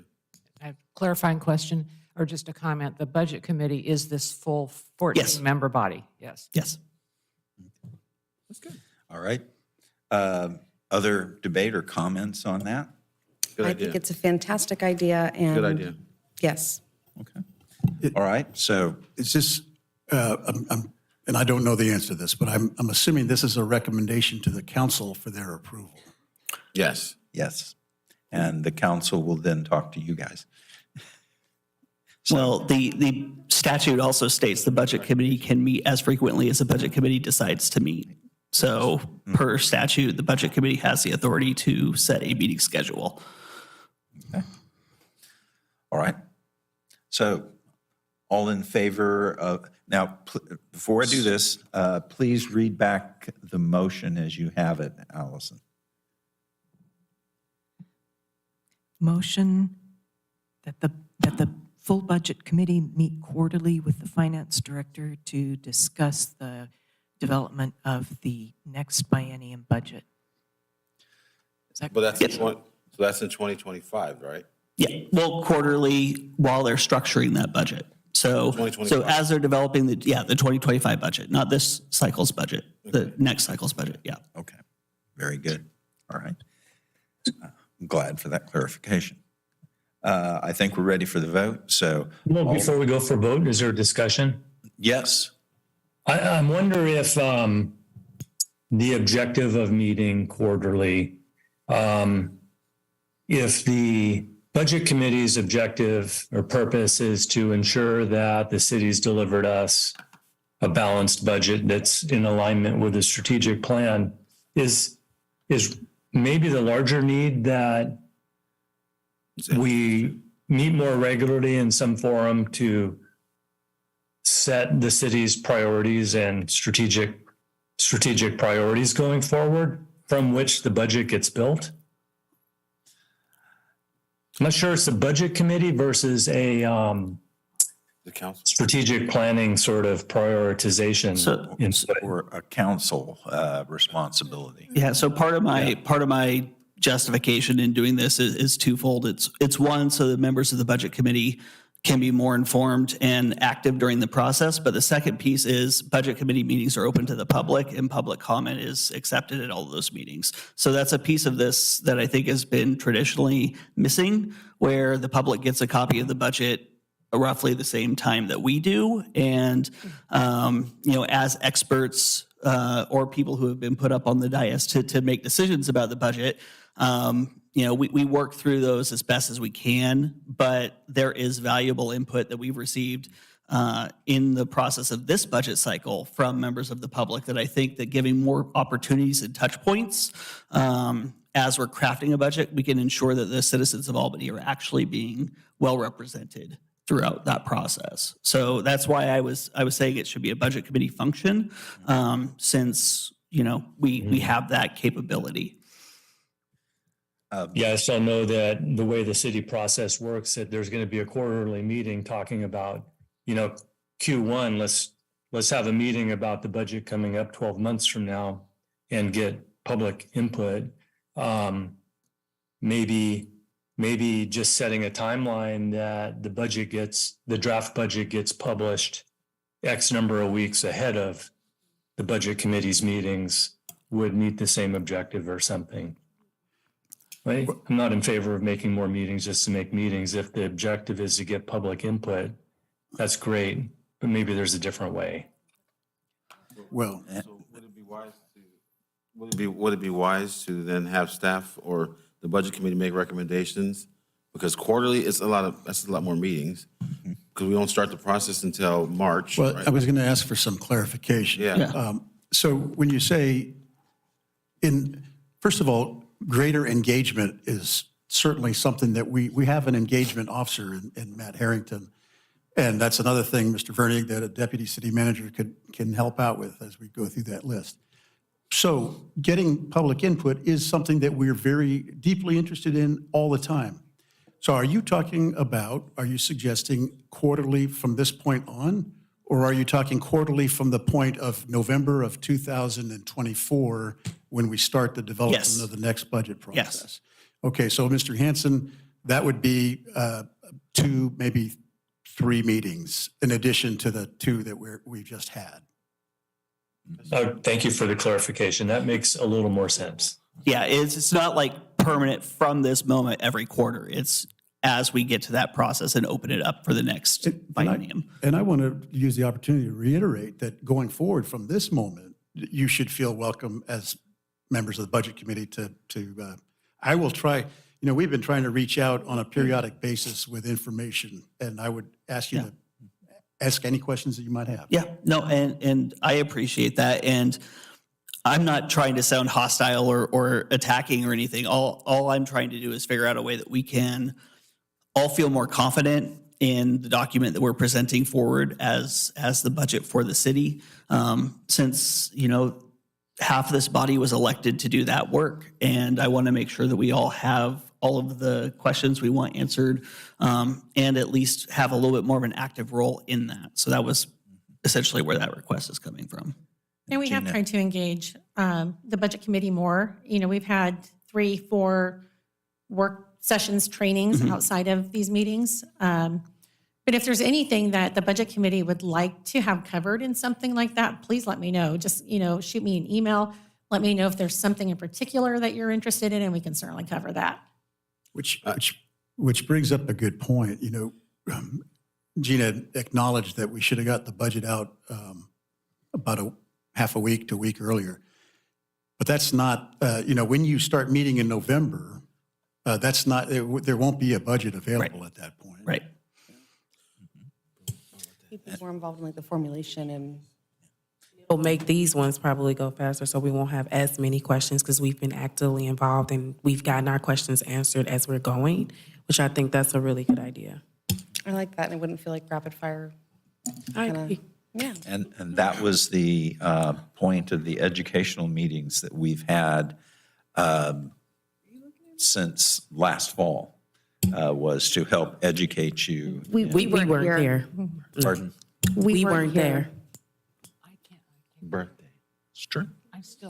I participated in those. I think we're talking about getting into the bones of the budget rather than, being trained on how to do a budget. We participated in those. And I think that your suggestion is that we get into the process of the bones earlier. And so I would think that some meetings where the budget has been crafted, and then we're actually looking at it then, would be very helpful to us. And this was, I don't care what you say, this was really compressed. The last couple of days, that's all I've been doing. And, maybe I get into the details too much. I'm afraid that's what I'm going to do. I can't help it.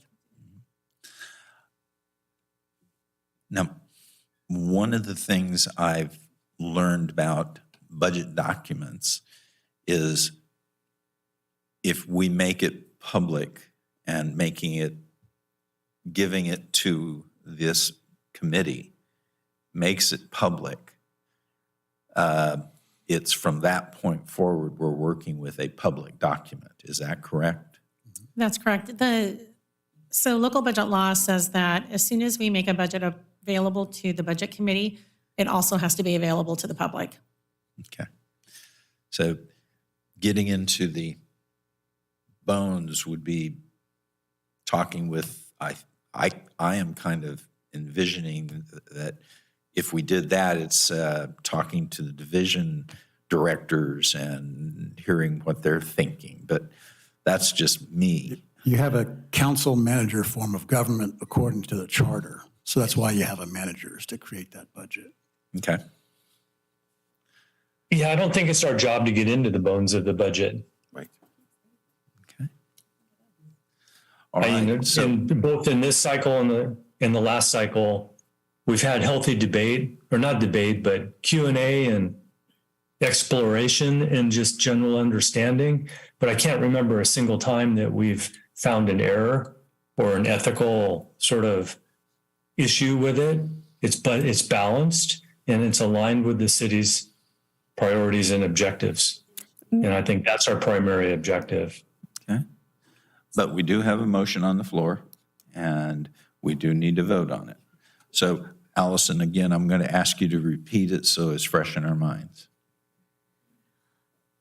Motion is that the entire budget committee meet quarterly, starting in about the fall of 2024 with the finance director to discuss. Can I request an amendment? I would say staff, so it doesn't have to be just her. Okay. Does that make sense? Instead of just her. I second that amendment. Yeah. What was it? I'm sorry, say that again, Mayor? So I didn't want to, because it says, it calls out the finance. Yeah, director, yeah, but it's exempts staff. everybody else. So I would just say staff. Well, that, I would, okay. I have to exercise some prerogative as manager that there has to be some control over the process. So I would recommend you keep it at finance director or city manager. And then if you want to hear from somebody in particular, we'll make that happen. You want to make that? So I'll modify amendment to make it the city manager, and then he'll bring the appropriate staff when we have. Do we have, are you seconding that? No, I said just him, and he'll bring the he'll bring the.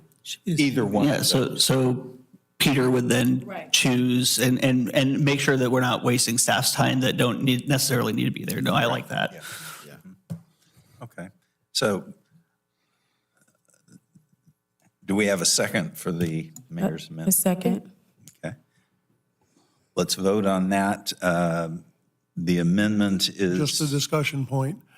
Personally, I think we're starting to micromanage the city manager and his team for doing what they've been doing for years and been doing it very, very successfully.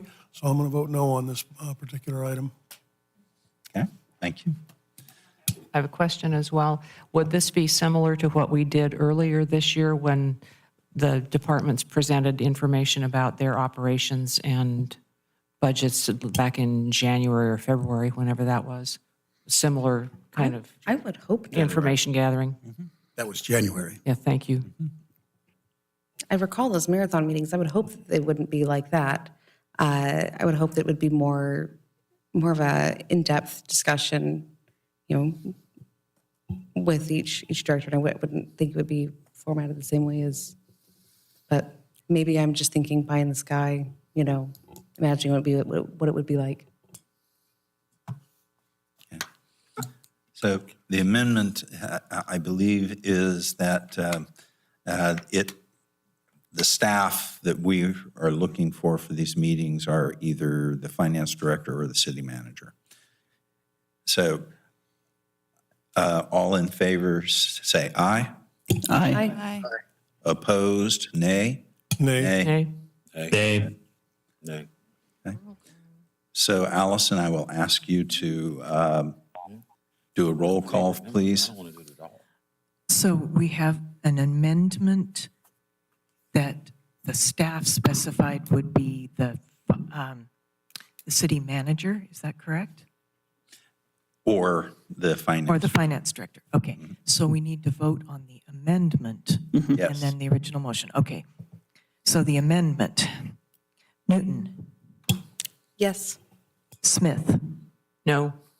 Montague, Oops, yes. Kopsinski, No. Johnson, No. McGee, Yes. Brenneman, Yes. Bach, Yes.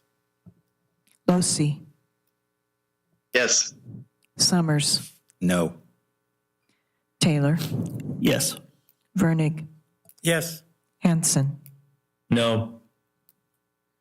There are 2, 3, 4, 5, 6, 7, 8 votes in the affirmative and 5 votes negative. Okay, the amendment passes. Added more meetings to be. Now, we go to the original motion. Would you read that again, So the please? original motion then is to meet, the full committee to meet quarterly with the finance director, and it's amended now to the finance director or the city manager. starting in approximately the fall of 2024. Is that correct? Remember that 3 meetings? Okay. Well, that's about 5 meetings. If you include the 2 in this week, Right. and then 3 in the 3 previous quarters. So are we ready for the vote? I think we are ready for a vote. Okay. So those in favor say aye. Aye. Aye. Those opposed say nay. No. Nay. Nay. Nay. So Allison, would you please do a roll call? Newton, Yes. Smith, No? Montague, Yes. Kupczynski, No. Johnson, No. McGee, Yes. Brenneman, Yes. Brenneman, Yes, sorry. Bach, Yes. Losi, Yes. Summers, No. Taylor, Yes. Vernig, Yes. Hanson. No. It's the same split as before, 8 in favor and 5 against. So the motion passes. Okay, thank you. That's 3 meetings I'm going to miss. So with that done, I believe it is time to adjourn this meeting. So, pardon? I would. No, I think that's my He responsibility. can do that. Yeah, he can do that. Here we go.